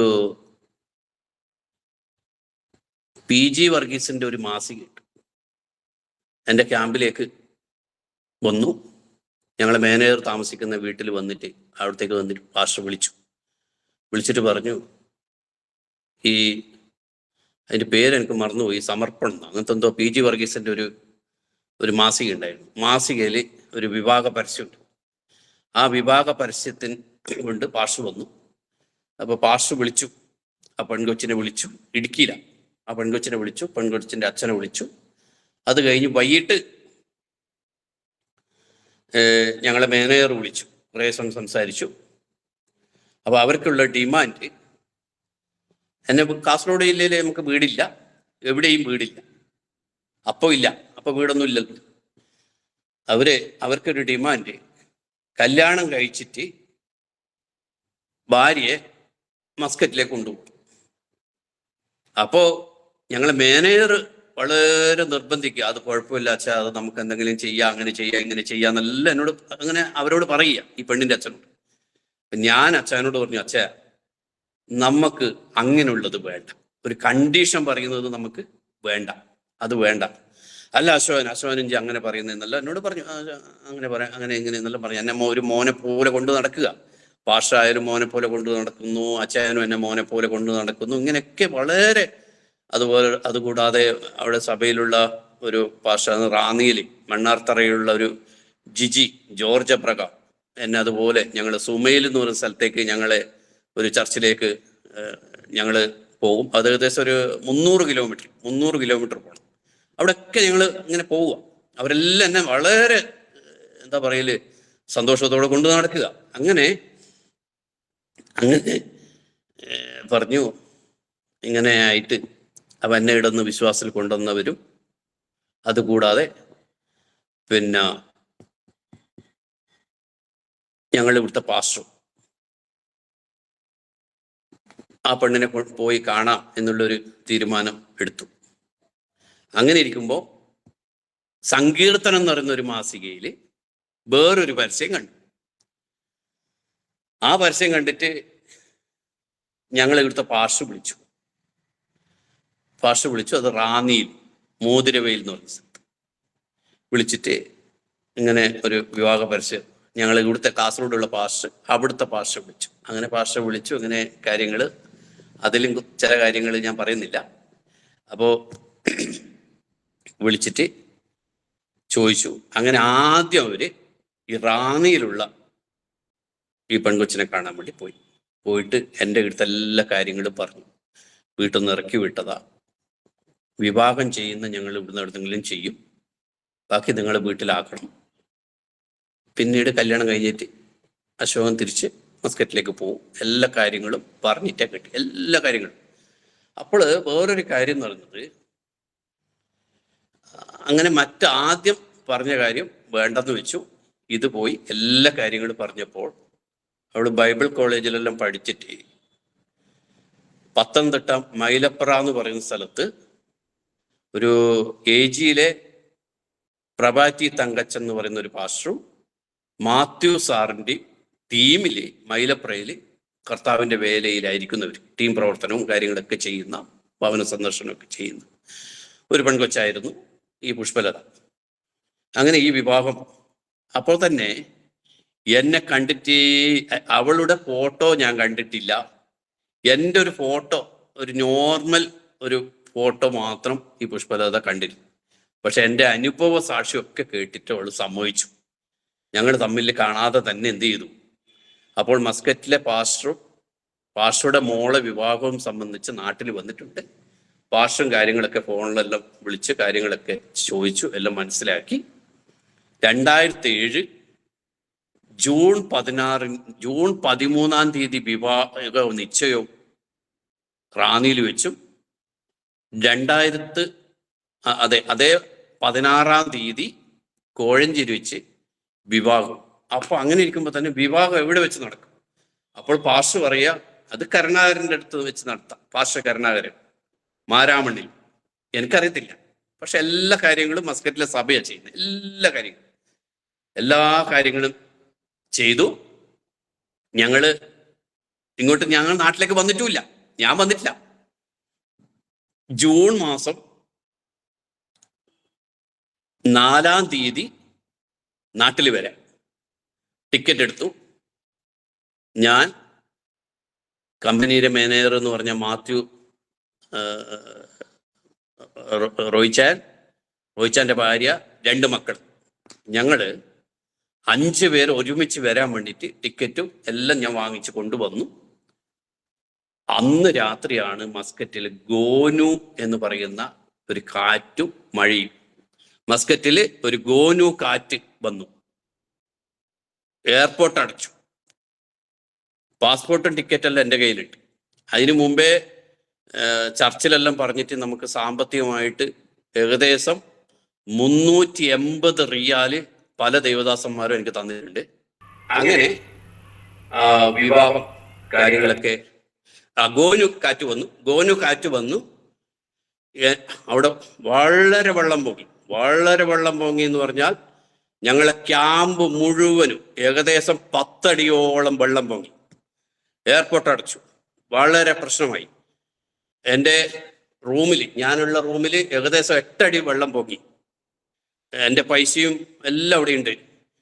എനിക്ക് വിവാഹത്തിനായിട്ട് ഒത്തിരി പേര് ഭാര്യക്കുള്ള സാരി, എനിക്ക് വിവാഹത്തിനിടേണ്ട വസ്ത്രം, അതുപോലെ വാച്ച്, ഒത്തിരി സാധനങ്ങൾ പലരും വാങ്ങിച്ചു തന്നിട്ടുണ്ടായിരുന്നു. ഇത് മുഴുവനും വെള്ളത്തിൽ പോയി. പാസ്പോർട്ട് പോയി, ടിക്കറ്റ് പോയി. 5 പേർ, ഞങ്ങളെല്ലാവരുടെയും പാസ്പോർട്ടും അതുപോലെ ഞങ്ങളെ ക്യാമ്പിലുള്ള പലരുടെയും എല്ലാ സാധനങ്ങളും നഷ്ടപ്പെട്ടു. ഞാൻ എൻ്റെ കയ്യിൽ ഒരു മൊബൈൽ ഫോൺ മാത്രം എടുത്ത് ഞങ്ങളുടെ റൂം തുറക്കുമ്പോഴേക്ക് ഞങ്ങൾ ഇവിടത്തേക്ക് അരക്ക് വെള്ളത്തി ഞങ്ങൾക്ക് എല്ലാം പോട്ടേക്കാവൻ എല്ലാം ഓരോ കല്ലിൻ്റെ മുകളിൽ വെച്ചതാണ്. എന്തിനു പറഞ്ഞു, മഴ വന്നു. ഞങ്ങളെ ബാക്ക് സൈഡ് വലിയ മതിലിട്ട് ഞങ്ങളിങ്ങനെ മുന്നോട്ട് പോകാൻ ചെറിയൊരു വഴി കിട്ടി. എന്നെ അവിടെ ചെറിയനാടിൻ്റെ അടുത്ത് കൊല്ലവടവ് എന്ന് പറയുന്ന സ്ഥലത്തുള്ള ഒരു വിനോദ് വർഗീസ് എൻ്റെ കൈ പിടിച്ചു. ഇന്നത്തെ ആരോഗ്യമൊന്നും ഞാൻ അന്നില്ല. ഏകദേശം 20 വർഷം മുമ്പത്തെ കാര്യമാണ്. അന്ന് ചെറിയൊരു ഇതാണ്. എനിക്കിങ്ങനെ ഈ വെള്ളത്തിൽ അങ്ങോട്ട് കടക്കാനൊന്നും പറ്റുന്നില്ല. അങ്ങനെ വിനോദ് വർഗീസ് എന്നെ പിടിച്ച് അങ്ങോട്ട് കൊണ്ടുപോവുകയും അപ്പോഴേക്കെല്ലാം ഈ പെട്ടകം പൊങ്ങുന്ന പോലെ ഈ പോട്ടേക്കാവൻ മുഴുവനും പൊങ്ങി ഇങ്ങനെ അങ്ങോട്ടും ഇങ്ങോട്ടും ഒഴുകുക. ഇങ്ങനെ ഭയങ്കര ഒഴുക്കി നടക്കുക. ഞങ്ങൾ അങ്ങോട്ട് പോവുകയും ഈ വഴി അടയും. ഏതായാലും ദൈവം സൂക്ഷിച്ചു. അന്ന് വെള്ളത്തിൽ മുങ്ങിപ്പോയില്ല. 2006 തീയിൽ നിന്നും ദൈവം പിടിവിച്ചു. 2007 വെള്ളത്തിൽ നിന്നും ദൈവം എന്നെ പിടിവിച്ചു. മുക്കിക്കളഞ്ഞില്ല. അങ്ങനെ കുറച്ചും കൂടി മുന്നോട്ട് പോയപ്പോൾ ഞങ്ങൾ ഈ പെട്ടകം ഇങ്ങനെ അടഞ്ഞു. ഞങ്ങൾ ആരും അവിടെ മുങ്ങിപ്പോയിട്ടില്ല. ഏകദേശം 700 പേര് ആ ക്യാമ്പിലുണ്ടായിരുന്നു. ആ ക്യാമ്പ് മുഴുവനും വെള്ളത്താൽ മുങ്ങി. മസ്കറ്റിൽ ഗോബ്ര എന്ന് പറയുന്ന സ്ഥലത്താണ് ഈ സംഭവം. മസ്കറ്റിൽ അന്ന് വലിയ ഗോനു കാറ്റും വെള്ളപ്പൊക്കം വന്നത് എല്ലാവർക്കും അറിയുന്ന കാര്യമാണ്. അങ്ങനെ വിസ പോയി, പാസ്പോർട്ട് പോയി, എല്ലാം പോയി. നമ്മൾ ടിക്കറ്റും എല്ലാം പോയി. എനിക്ക് സാരിയും മറ്റു സാധനങ്ങളെല്ലാം പോയി. പിന്നീട് ഞങ്ങൾ അവിടുന്ന് ഇവിടെ വിവാഹം ഈ റാന്നിയിൽ എനിക്കാരുമില്ല, എൻ്റെ ബന്ധുക്കളൊന്നും ആരും അറിയിച്ചിട്ടില്ല. പക്ഷേ റാന്നിയിൽ ഇവരെല്ലാം വിവാഹ ഉറപ്പുമായി സംബന്ധിച്ച് എല്ലാവരുടെ പറഞ്ഞു. എന്നിട്ട് ഞങ്ങളെ പാർശ്വ നാട്ടിലും അതെ, എന്നെ തന്നെ ഈ പുഷ്പലതയുടെ പാർശ്വ എന്നെ വിളിച്ചിട്ട് ചോദിച്ചു, ഈ കല്യാണം അതൊക്കെ എന്തെങ്കിലും മാറ്റി വെക്കണമെന്ന് ചോദിച്ചു. ഞാൻ പറഞ്ഞു, ഒന്നും മാറ്റി വെക്കണ്ട, ആ ദിവസമാകുമ്പോൾ ഞങ്ങൾ അവിടെ എത്തുന്നു. 9-ാം തീയതി ആണ് തോന്നുന്നു. 9-ാം തീയതി എയർപോർട്ട് തുറന്നു. അന്ന് ഞങ്ങൾക്ക് പാസ്പോർട്ട് ഇല്ലല്ലോ. അങ്ങനെ പാസ്പോർട്ടെല്ലാം ചളിയിൽ പോയിട്ട് നമുക്ക് പാസ്പോർട്ട് പിറ്റേ ദിവസം 10-ാം തീയതി ഞങ്ങൾക്ക് പാസ്പോർട്ട് കിട്ടി. 9-ാം തീയതി ഞങ്ങൾക്ക് പാസ്പോർട്ട് പുതിയത് കിട്ടി. ടിക്കറ്റും എല്ലാം എടുത്ത് 10-ാം തീയതി ഞങ്ങൾ നാട്ടിലേക്ക് വന്നു. നെടുമ്പാശ്ശേരി വിമാനത്താവളത്തിലിറങ്ങി. അവിടുന്ന് ചെറിയനാട് എന്ന് പറയുന്ന സ്ഥലത്ത് പോയി. അവിടെ ഞായറാഴ്ച രാവിലെ എത്തി. അവിടെ ആരാധനയൊക്കെ കൂടി. അവിടെ സാക്ഷ്യമെല്ലാം പറഞ്ഞു. ഞങ്ങൾ പിറ്റേ ദിവസം രാവിലെ ഈ കർണാടകം ഭാഷ ആദ്യമായിട്ട് ഞാൻ കാണുക. ഈ മസ്കറ്റിലുള്ള ഞങ്ങളെ കുഞ്ഞുവൻ ഭാഷ പറഞ്ഞു വിട്ടതാണ്. ചെറിയനാട്ട് വന്നിട്ട് എന്നെ കൂട്ടിയിട്ട് കൊണ്ടുപോയി. ചെറിയൊരു ബാഗും എടുത്തിട്ട് അത്യാവശ്യമായിട്ടുള്ള തുണി എടുത്തിട്ട് ഞാൻ പോയിട്ട് അന്നാണ് റാന്നി ഈ കർണാരം ഭാഷ ഞാനും പോയി. അന്നാണ് പുഷ്പലതയെ പെണ്ണ് കാണാൻ പോകുന്നത് ആദ്യമായിട്ട്. 2 ദിവസം കഴിയുമ്പോഴാണ് കല്യാണം ഉറപ്പ്. പെണ്ണ് കാണാൻ പോകും. അന്നാ കാണുന്നത്. അന്ന് പോയിട്ട് ചോദിക്കുക എന്നെ ഇഷ്ടമാണോ. പുഷ്പലതയ്ക്ക് ഇഷ്ടമില്ലെങ്കിൽ ഇല്ല എന്ന് പറയാൻ പറ്റില്ല, കാരണം നാട്ടുകാരെ മൊത്തം വിളിച്ചു. അതാ ഞാൻ പറയുക. എന്നോട് ചോദിച്ചു, അതിനു മുമ്പേ ഫോൺ വിളിച്ചിട്ട് ചോദിച്ചു എന്നെ ഇഷ്ടമാണോ എന്ന് ചോദിച്ചു. ഞാൻ മസ്കറ്റിലുണ്ടാകുമ്പോൾ. അപ്പം ഞാൻ പറഞ്ഞു ഇഷ്ടമാണ്. അപ്പം കാണാതെ എങ്ങനെ ഇഷ്ടപ്പെടുന്നു. ഞാൻ പറഞ്ഞു ദൈവം എനിക്ക് തക്ക തുണയെ തരാമെന്ന് പറഞ്ഞിരുന്നു, അത് നീയാണെന്ന് പറഞ്ഞു. അത് അവിടെ പ്രാർത്ഥിച്ചുകൊണ്ടിരിക്കുക. ഞാൻ എപ്പോഴും പ്രാർത്ഥിക്കും, ദൈവമേ എനിക്ക് തക്ക തുണയെ തരണേ, തക്ക തുണയെ തരണം.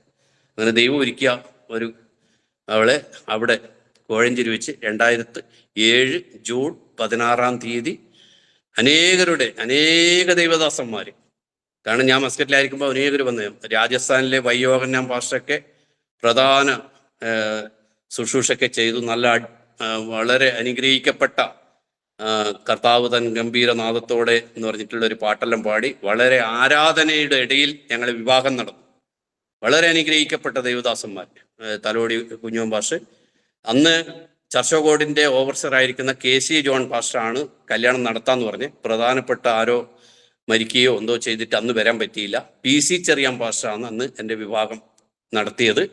PC ചെറിയാൻ റാന്നിയിലുള്ള പാസ്റ്ററാണ് നടത്തിയത്. അതുപോലെ ഒത്തിരി ദൈവദാസന്മാരുടെ ഇടയിൽ ഞങ്ങളെ കാസർഗോഡ് നിന്ന് ഞങ്ങളെ ബന്ധുക്കളോ ആരും വന്നില്ല. പക്ഷേ ഏകദേശം 275 പേര് എൻ്റെ വിവാഹത്തിനുണ്ടായിരുന്നു.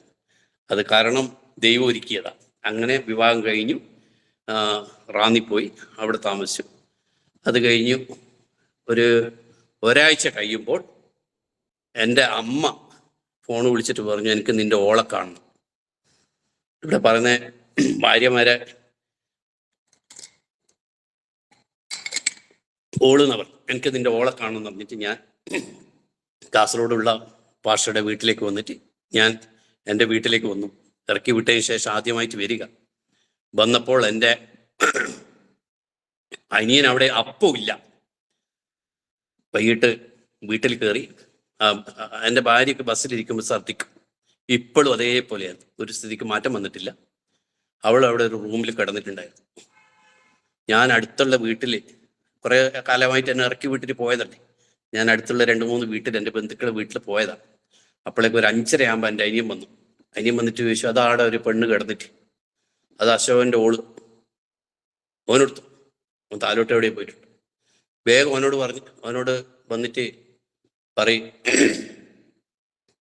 വേഗം വന്നിട്ട് പോകാൻ പറയുന്നു. ഞാൻ വേഗം വന്നിട്ടാകുമ്പോൾ എൻ്റെ അനിയൻ പറയുക, നിന്റെ ഓക്കും നിനക്കും കിടന്നുറങ്ങാനല്ല എൻ്റെ അച്ഛൻ ഈ വീട് വെച്ചെന്ന്. ഞാൻ ഓളെയും കൂട്ടിയിട്ട് ഒറ്റ പോക്കും ഓടി രക്ഷപ്പെട്ടു. പെട്ടെന്ന് പോയില്ലേ, നിന്റെ കാല് തച്ച് പൊളിക്കുന്നു, കാല് വച്ച് ഒടിക്കുന്നു.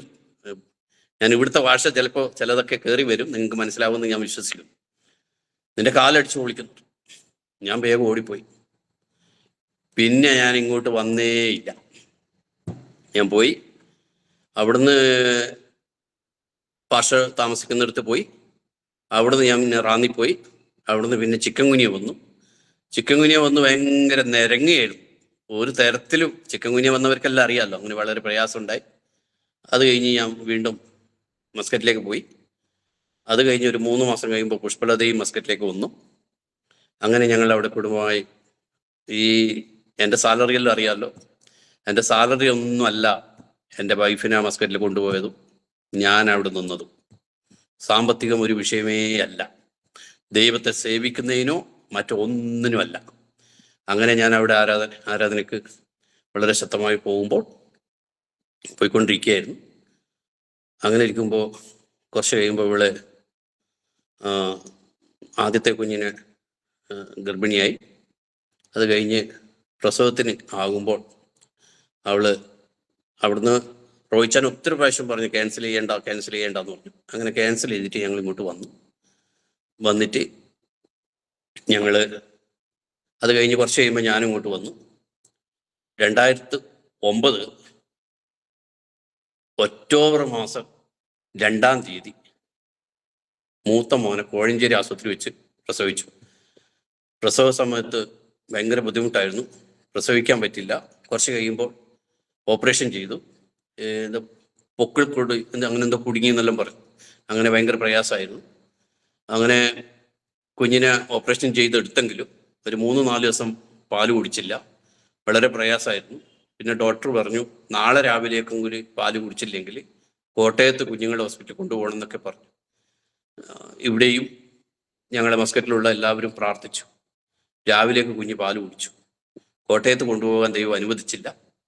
അങ്ങനെ സുഖമായി. പിന്നീട് ഞാൻ വീണ്ടും മസ്കറ്റിലേക്ക് പോയി. മസ്കറ്റിൽ പോയി ഞാൻ ആദ്യം ഉണ്ടായ കമ്പനിയിൽ നിന്ന് വേറൊരു കമ്പനിയിൽ ഒരു ജോലി ലഭിച്ചു. അവിടെ പോയി കുറച്ച് സാലറി കുറച്ച് കൂടുതലുള്ള അങ്ങനെ അവിടെ പോയെങ്കിലും 3 മാസം കഴിയുമ്പോൾ ഏകദേശം എനിക്ക് വളരെ ശ്വാസം കിട്ടാതെ ന്യൂമോണിയൊക്കെ ബാധിച്ച് വളരെ പ്രയാസം. അപ്പോൾ അതിനു മുമ്പേ മസ്കറ്റിൽ ഞങ്ങൾ കല്യാണം കഴിഞ്ഞ് പോയ സമയത്ത് കാസർഗോഡ് തന്നെ ഓടിച്ചെങ്കിലും അവിടുന്ന് ഒരു ദൈവശബ്ദം ഉണ്ടായി, ദേശത്ത് പാർത്ത് വിശ്വസ് ആചരിക്കുക. പക്ഷേ ദേശത്ത് പാർക്കാൻ ഒരിടം വേണമെന്ന് പറഞ്ഞിട്ട് ഞങ്ങൾ രണ്ടുപേരും കൈപിടിച്ച് പ്രാർത്ഥിക്കുകയായിരുന്നു. പക്ഷെ അങ്ങനെ ഞാനിവിടെ ഈ കുഞ്ഞിൻ്റെ ഈ ജനന സമയത്ത് ഞാനിവിടെ വന്നപ്പോൾ സെപ്റ്റംബർ 30 കുഞ്ഞ് ജനിച്ചത്. സെപ്റ്റംബർ 30 ഞാൻ ഒരു തിരുത്ത്. ഒക്ടോബർ 2 എന്നെ രണ്ടാമത് ഇറക്കി വിട്ട എൻ്റെ അനിയൻ വിളിച്ചു, എന്നെ വിളിച്ചു. വീട്ടിൽ വിഷയമായിട്ട് അമ്മ അവനെ ഇറക്കി വിട്ടു. അവൻ്റെ ഭാര്യ വീട്ടിലായി. അങ്ങനെ എൻ്റെ അനിയൻ വിളിച്ചിട്ട് പറഞ്ഞു, നീ എവിടെ? ഞാൻ റാന്നിയിലുണ്ട്. നീ എന്നെ പോകുന്നില്ലേ?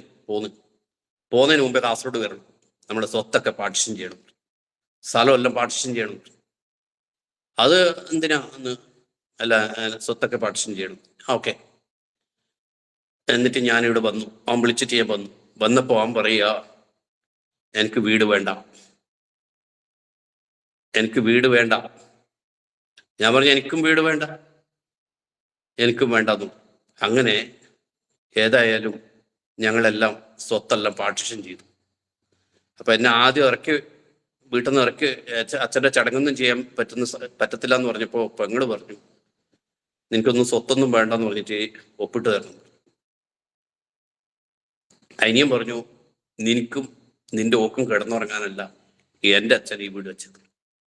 പക്ഷേ 1.5 വർഷം 2 വർഷം കഴിയുമ്പോൾ അവന് മനസ്സിലായി മൂന്നാളച്ഛൻ ഒന്നാണ്. അത് ഞാൻ എപ്പോഴും പറയുന്നൊരു കാര്യമാണ്. കാരണം അപ്പൻ്റെ സ്വത്തിന് നമുക്ക് എല്ലാവർക്കും അവകാശം ഒരുപോലെയാണല്ലോ. ഞാൻ ചോദിച്ചതോ ഒന്നുമല്ല, പക്ഷേ എൻ്റെ അനിയൻ പറഞ്ഞു. അങ്ങനെ ഇറക്കി വിട്ട വീടും 48 സെന്റ് സ്ഥലവും ദൈവം എനിക്ക് തന്നു, എൻ്റെ പേരിൽ തന്നു.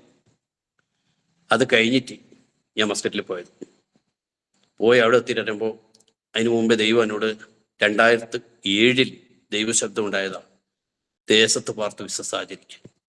അതിനൊരിടം തരണം എന്ന് പറഞ്ഞു.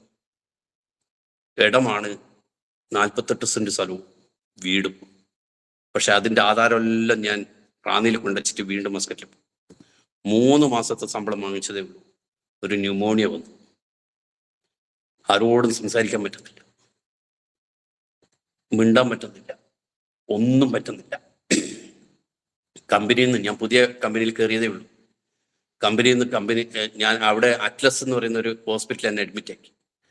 അവിടുന്ന് ഡിസ്ചാർജായി വീണ്ടും അവിടെ ജോലി സ്ഥലത്തേക്ക് പോയപ്പോൾ കമ്പനിയുടെ സൈപ്രസുകാരനെ മുതലാളി, അതിൻ്റെ ഓണർ സൈപ്രസുകാരൻ, ആ സാറ് പറഞ്ഞു, അശോകുമാറിനെ നാട്ടിൽ വിട്ട് ചികിത്സയെല്ലാം കഴിഞ്ഞ് തിരിച്ചു വരട്ടെ, അങ്ങോട്ട് പോകാനുള്ള ഇങ്ങോട്ട് വരാനുള്ള റിട്ടേൺ ടിക്കറ്റ് കൊടുക്കാൻ പറ്റും. അതെല്ലാം വാങ്ങിക്കാൻ പോയത് രാവിലെ. സാധാരണ രാവിലെ ഒരിക്കലും സാറ് വരാറില്ല, വരലേ ഇല്ല. 3 മാസം ഞാൻ കണ്ടിട്ടില്ല. സാറ് വൈകിട്ട് 3 മണിക്കാണ് വരുന്നത്. പക്ഷെ അന്ന് രാവിലെ 9 മണിയാകുമ്പോൾ സാറ് വന്നിട്ട് പറഞ്ഞു, അശോകനെ ക്യാൻസൽ ചെയ്തിട്ട് വിടാൻ പറ്റും. ദൈവം ക്യാൻസൽ ചെയ്തിട്ട്. നമ്മൾ മനസ്സിലാക്കേണ്ട ഒരു കാര്യമാണ്, ദൈവം അടച്ച ആര് തുറക്കും? ദൈവം തുറന്നാൽ ആരടക്കും? അങ്ങനെ ഒരു സംഭവം നടന്നു. അങ്ങനെ ക്യാൻസൽ ചെയ്തു. വീട്ടിൽ വന്നു. നേരെ കോഴിക്കോട് എയർപോർട്ടിൽ വന്നു. കോഴിക്കോട് നേരെ മംഗലാപുരം ആശുപത്രി. മംഗലാപുരം ആശുപത്രിയിൽ പോയപ്പോൾ പറയുക, ഇയാൾക്ക് ഒരു അസുഖമില്ല. എല്ലാ ടെസ്റ്റും ചെയ്തു, ഒരു ടെസ്റ്റിലും ഒരസുഖമില്ല. എനിക്കും അസുഖമില്ല. ദൈവം കൊണ്ടുവന്നത് ദേശത്ത് പാർത്ത് വിശ്വസ്ത ആചരിക്കും. അങ്ങനെ ഇവിടെ വന്നു വീട്ടിൽ താമസം തുടങ്ങി. ഇവിടെ എല്ലാ വീട്ടിലും പൂജാ റൂമുണ്ട്. ആ പൂജാ റൂമൊക്കെ ഇടിച്ച് മാറ്റി 2012 മെയ് മാസം 12-ാം തീയതി അവിടെ ആരാധന തുടങ്ങി. വീട്ടിൽ ആരാധന തുടങ്ങി. അങ്ങനെ ആരാധന തുടങ്ങി. അതിന് മുമ്പേ ഒരു പ്രാർത്ഥന വെച്ചിരുന്നു. ആ പ്രാർത്ഥന വെച്ചപ്പോൾ ഒരു രാത്രിയായിരുന്നു, കുറച്ച് സൗണ്ട് കൂടിപ്പോയി. ഏകദേശം 10-20 പേര് വന്നു. അതിൽ ഒരാൾ ഇങ്ങനെ പിടിച്ചു. എൻ്റെ ഇവിടത്തേക്ക് പിടിച്ചിട്ട് ചോദിച്ചു, എന്തി എവിടെയെന്ന് ചോദിച്ചു. ഞാൻ പറഞ്ഞു, ഇവിടെ പ്രാർത്ഥന, ഇനി മേലാൽ ഇവിടെ പ്രാർത്ഥന നടത്തരുത്. അത് ഏകദേശം ഏപ്രിൽ മാസത്തിൽ. പക്ഷേ അന്ന് ചെറിയൊരു പ്രാർത്ഥന മാത്രം വെച്ചത്. പക്ഷേ മെയ് മാസം 12-ാം തീയതി ആരാധന തുടങ്ങി. അന്ന് അതിനു മുമ്പേ ചില വീടുകളിലെല്ലാം ഞങ്ങൾ പോയി ചിലരോടെല്ലാം സുവിശേഷം. അങ്ങനെ കോഴിക്കോട് ആശുപത്രിയിൽ നിന്നും മംഗലാ ആശുപത്രിയിൽ നിന്നും ഇനി ഇവള് ജീവിക്കില്ല എന്ന് പറഞ്ഞ് കൊണ്ടുവന്ന ഒരു സവിത, ഒരു അസ്ഥി കൂടം മാത്രമേ ഉള്ളൂ. ആ വീട്ടിലേക്ക് ആരും പോകത്തില്ല. BJP-ക്കാർ ഒരു കോളനിയിൽ ഞാനും എൻ്റെ ഭാര്യയും പോയി. അപ്പോഴേക്ക് ഞങ്ങളെ ചെറിയ രണ്ടാമത്തെ കുഞ്ഞിന് 2 വയസ്സോട്ടോ പ്രായമായതേ ഉള്ളൂ, 1 വയസ്സോട്ടോ ആയതേ ഉള്ളൂ. ഞങ്ങളവിടെ പോയി. ഒരു വയസ്സും ചില്ലറ ആയതേ ഉള്ളൂ. അവിടെ പോയി ഞങ്ങൾ പ്രാർത്ഥിച്ചു. ഒരു ഗ്ലാസ് വെള്ളം കൊടുത്തു. കോഴിക്കോട് മെഡിക്കൽ കോളേജിൽ നിന്ന് 4 ദിവസം കൊണ്ട് മരിച്ചു പോകുമെന്ന് പറഞ്ഞ അവളെ ഈ 2012 ഈ മെയ് മാസം 12-ന് ആരാധന തുടങ്ങി അന്ന് ഫസ്റ്റിന് 2 പേര് ചുമന്നു കൊണ്ടുവന്നു. ഈ സവിത ഇന്നും മരിച്ചിട്ടില്ല. ദൈവം അവളെ തൊട്ടു, ദൈവം അവളെ സൗഖ്യമാക്കി. ദൈവത്തിൻ്റെ വലിയ വിടുതൽ കാണാൻ വേണ്ടി അത് മുഖാന്തരം ആ ദേശത്തുനിന്ന് കുറേ ആൾക്കാർ ആരാധനയ്ക്ക് വന്നെങ്കിലും വീട്ടിലെ അമ്മ നമുക്ക് മുമ്പത്തെ അനുകൂലമായിരുന്നില്ല. ചില സമയങ്ങളിൽ അമ്മ പറഞ്ഞു, ചിലരൊക്കെ ദൂരത്തുനിന്നാണ് വരുന്നത്. നമ്മുടെ അടുത്ത് കുറേ ആൾക്കാർ ആരാധനയ്ക്ക് വന്നതാ. ഞങ്ങൾ വരുന്നവർക്കെല്ലാം ഞങ്ങൾ കഞ്ഞി കൊടുക്കും. അന്നേരം അമ്മ പറയുക, കുറേ എണ്ണം തിന്നാനായിട്ട് ഇങ്ങോട്ട് വരികയാണെന്ന് പറഞ്ഞു. അത് ചിലരൊക്കെ കേട്ടു. അങ്ങനെ അത് കുറേ ആൾക്കാർ വരുന്നതെല്ലാം നിന്നുപോയി. അങ്ങനെ വീട്ടിൽ ആരാധന നടത്താൻ പറ്റാത്തൊരു സാഹചര്യം വന്നു. ഇനി സമയം പോയതുകൊണ്ട് വേഗത്തിൽ എന്നെ ചുരുക്കി ഞാൻ പറയുകയാണ്. അങ്ങനെ ഞങ്ങൾ ആരാധിച്ചുകൊണ്ടിരിക്കുന്ന സമയത്ത് ആളെല്ലാം കുറഞ്ഞു. പിന്നെ ഞാനും എൻ്റെ ഭാര്യയും 2 പിള്ളേരും വേറെ 2 സഹോദരിമാരും മാത്രം ആരാധനയ്ക്ക് വരുന്നതായി മാറി. അപ്പം ഞങ്ങൾ 6 പേര്. അങ്ങനെ ഇരിക്കുമ്പോൾ ഇപ്പോൾ ഞാനായിരിക്കുന്ന ചർച്ചിൻ്റെ പെരുമ്പാവൂരുള്ള ഗോസ്പൽ നാഷണൽ ഫെലോഷിപ്പിൻ്റെ സ്ഥാപകനായിരിക്കുന്ന ഏലിയ സാറ് അവരുടെ പ്രവർത്തന സ്ഥലങ്ങളിലേക്ക് ഇങ്ങനെ പോകുമ്പോൾ ഞങ്ങളെ വീട്ടിലും കയറി. ഞങ്ങളെ വീട്ടിൽ കയറുമ്പോൾ ഞാൻ ആദ്യം പറഞ്ഞല്ലോ, കുണ്ടംകുഴി എന്ന് പറയുന്ന സ്ഥലത്ത് ഞാൻ നേരത്തെ പറഞ്ഞിട്ടുണ്ട്. കുണ്ടംകുഴിയിലൊരു പ്രാർത്ഥന സ്ഥലം അറിയുമോ എന്ന് എന്നോട് ചോദിച്ചു. ഞാൻ പറഞ്ഞു, അറിയാം. അവിടെ ഒരു പാസ്റ്ററുണ്ട്, 5.5 വർഷമായി. അവിടെ ആരും ആരാധനയ്ക്ക് വരുന്നില്ല. അതുകൊണ്ട് ഒരു കാര്യം ചെയ്യും, അവിടുത്തെ പാസ്റ്റർ ഞങ്ങൾക്ക് മറ്റൊരു സ്ഥലത്തേക്ക് മാറ്റുവാനായിട്ട് ഞങ്ങൾ കാസർഗോഡ് ജില്ലയിൽ എല്ലാ പ്രവർത്തനങ്ങളും സ്റ്റോപ്പ് ചെയ്യുക. അവർക്ക് ഏകദേശം 4ഓളം പ്രവർത്തനമുണ്ട്. ഒരു കാര്യം ചെയ്യും, നിങ്ങളെ സപ്പോർട്ട് ചെയ്യുന്നവരോട് ഞങ്ങൾക്ക് എന്തെങ്കിലും ഞങ്ങളുടെ സംഘടനയ്ക്ക് തന്നാൽ ആ 5 സെന്റ് സ്ഥലവും കെട്ടിടവും നിങ്ങൾക്ക് തരാമെന്ന് പറഞ്ഞു. അപ്പോൾ വളരെ സന്തോഷം. എനിക്കറിയുന്ന എൻ്റെ കയ്യിലൊന്നുമില്ല, 1 ഉറുപ്പ്യ പോലും ഇല്ല. എന്നെ ആരെങ്കിലും ദൈവമക്കള് ചെയ്യുന്ന, പ്രത്യേകിച്ചിട്ട് മസ്കറ്റിൽ നിന്ന് ഞാൻ നേരത്തെ പറഞ്ഞ ജോർജ് അബ്രഹാം എന്ന് പറയുന്ന പാസ്റ്റർ ഞങ്ങളെ സാമ്പത്തിക കാര്യങ്ങളൊക്കെ ചെയ്തുകൊണ്ടിരിക്കുക. അങ്ങനെ ചെയ്തുകൊണ്ടിരിക്കുകയായിരുന്നു. ഇപ്പോൾ 2 വർഷമായിട്ട് ആ പാഷ ജോലി നഷ്ടപ്പെട്ട് നാട്ടിലായതുകൊണ്ട് നമുക്ക് ആ സപ്പോർട്ട് നമുക്കില്ല. 3 വർഷത്തോളമായി. അങ്ങനെ ഞാൻ എൻ്റെ അറിയുന്ന പലരോടും പറഞ്ഞ് അവർ തീരുമാനിച്ചു 3.5 ലക്ഷം രൂപയ്ക്ക് 5 സെൻറ്റ് സ്ഥലവും ഈ കെട്ടിടവും തരാമെന്ന് പറഞ്ഞു. അങ്ങനെ ഞങ്ങൾ പലരോടും പറഞ്ഞു, എല്ലാ കാര്യങ്ങളും തീരുമാനിച്ചു, ഓക്കെ എന്ന് പറഞ്ഞു. പക്ഷേ അവർ പിന്നെ വാക്ക് മാറ്റി. ഞങ്ങൾക്ക് ഭയങ്കര പ്രയാസം. ഞങ്ങൾക്ക് പൈസ തന്നവരോടും തിരിച്ചെന്ത് പറയുന്നുള്ള ഒരു അവസ്ഥയിലേക്കായി. അങ്ങനെ ഇരിക്കുമ്പോൾ അതിൻ്റെ സെക്രട്ടറി, അന്നത്തെ പ്രസിഡൻ്റൊക്കെ നമുക്ക് ഭയങ്കര അനുകൂലമായിരുന്നു. അവരെന്നോട് പറഞ്ഞു, അശോകൻ പാഷ ഒരു കാര്യം ചെയ്യും, സാറിനോട് വിളിച്ചു പറയും വാടകയ്ക്ക് തരാൻ. അപ്പോഴാണെങ്കിൽ ഈ കെട്ടിടം ഇപ്പം തേച്ച് വൃത്തിയാക്കിയിട്ടുണ്ട്. അന്ന് വെട്ടുകല്ലിൽ പണിതിട്ട് ഒരു സീറ്റ് ഇട്ടതാ. ബാക്കിലെ 2 ബാത്റൂമുണ്ട്. ബാത്റൂമിൽ ഡോറില്ല, മേൽക്കൂരയില്ല, വയറിംഗ് ഒന്നും ചെയ്തിട്ടില്ല. വളരെ ഒരു കെട്ടിടം ഉണ്ടെന്നല്ലാതെ വേറൊന്നും അല്ലായിരുന്നു. അങ്ങനെ വളരെ പ്രയാസമായി. 3500 രൂപക്ക് വാടകയ്ക്ക് തന്നു. നമുക്ക് അവിടുന്ന് ഇവിടുന്നൊക്കെ. അപ്പം 3500 കൊടുക്കാൻ ഒരു വഴിയുമില്ല. അന്നേരം ഞാൻ പറഞ്ഞു, ഞാൻ ഇതിൻ്റെ അത്യാവശ്യം മെയിൻ്റനൻസും ചെയ്തിട്ട് സാറേ ഞാൻ കറണ്ട് ബില്ലും അടച്ചോളാം, എന്നിട്ട് 1000 രൂപ തരാം, അതിനപ്പുറം തരാൻ പറ്റില്ല എന്ന് പറഞ്ഞു. അപ്പോൾ ചില കാര്യങ്ങൾ എന്നോട് പറഞ്ഞു, അത് ഞാൻ നിങ്ങളോട് ഇപ്പം സൂചിപ്പിക്കുന്നില്ല. പക്ഷേ ഞാൻ ഈ കാര്യം എൻ്റെ മസ്കറ്റിലുള്ള ഒരു കൂട്ടുകാരനോട് പറഞ്ഞപ്പോൾ കൂട്ടുകാരൻ പറഞ്ഞു, അശോകൻ ബ്രദറെ, ഞാൻ എല്ലാ മാസം 2000 രൂപ വെച്ച് തരാം.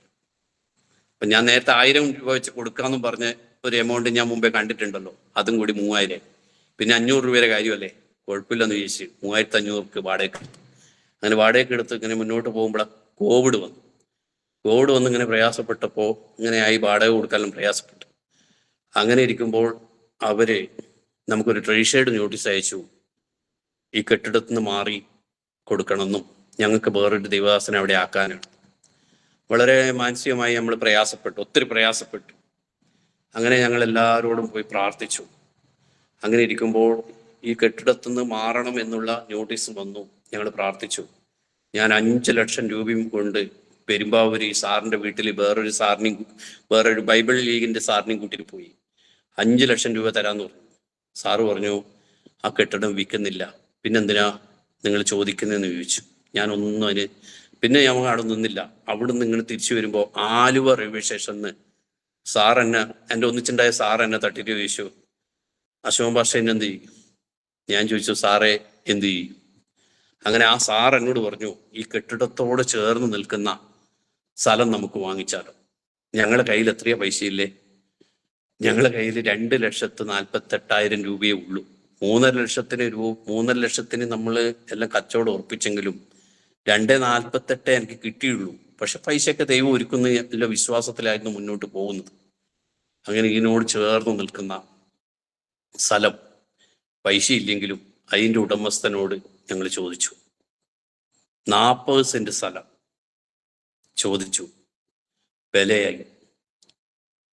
ഉണ്ടായ പൈസ അവിടെ കൊടുത്തു.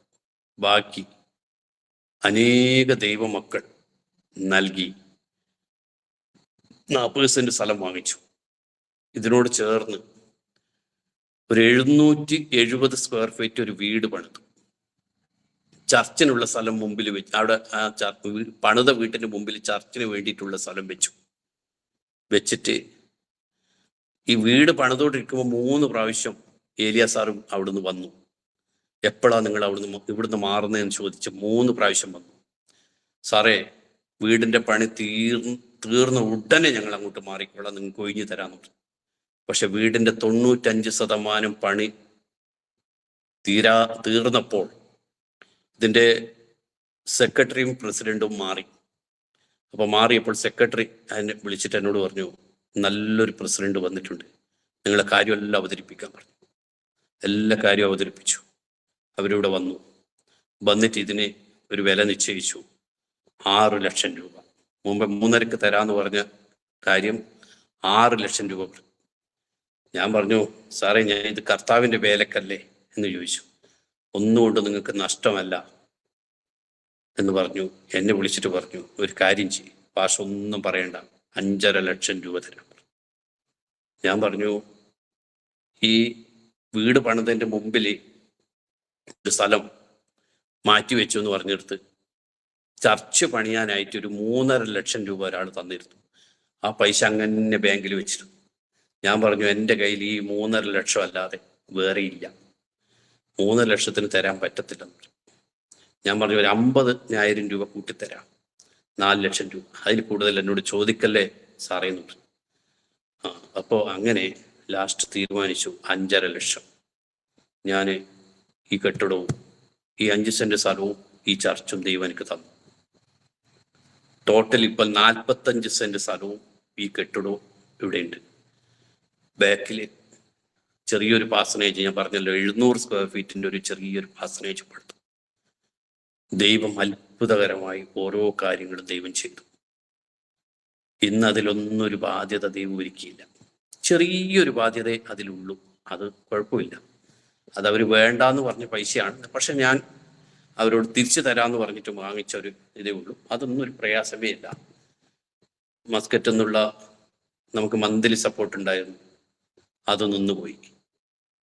ദൈവത്തിൻ്റെ ഉറവ ഇന്ന് വരെ നിന്നു പോയിട്ടില്ല. ദൈവം എല്ലാ രീതിയിലും അനുഗ്രഹത്തോടെ നടന്നു. ചർച്ചിൻ്റെ എടുത്തതിന് ശേഷം തേച്ചു, ഇതിൻ്റെ അകത്ത് സീലിംഗ് ചെയ്തു, വയറിങ് ചെയ്തു, ഫ്രണ്ടിലെ ഒരു വികലാംഗരുടെ ബാത്റൂം പണിതു. ഇതിന് ലൈസൻസ് ഇല്ല, ലൈസൻസിന് വേണ്ടി അപ്ലൈ ചെയ്തിട്ടുണ്ട്, ഇതുവരെ കിട്ടിയിട്ടില്ല. ഇങ്ങനെ കാര്യങ്ങളൊക്കെ ദൈവം ചെയ്തു. ഈ പഞ്ചായത്തിലെ ആദ്യത്തെ പെന്തക്കോസ്ത് ചർച്ച, വേറെ ഒരു കെട്ടിടവും ഇല്ല.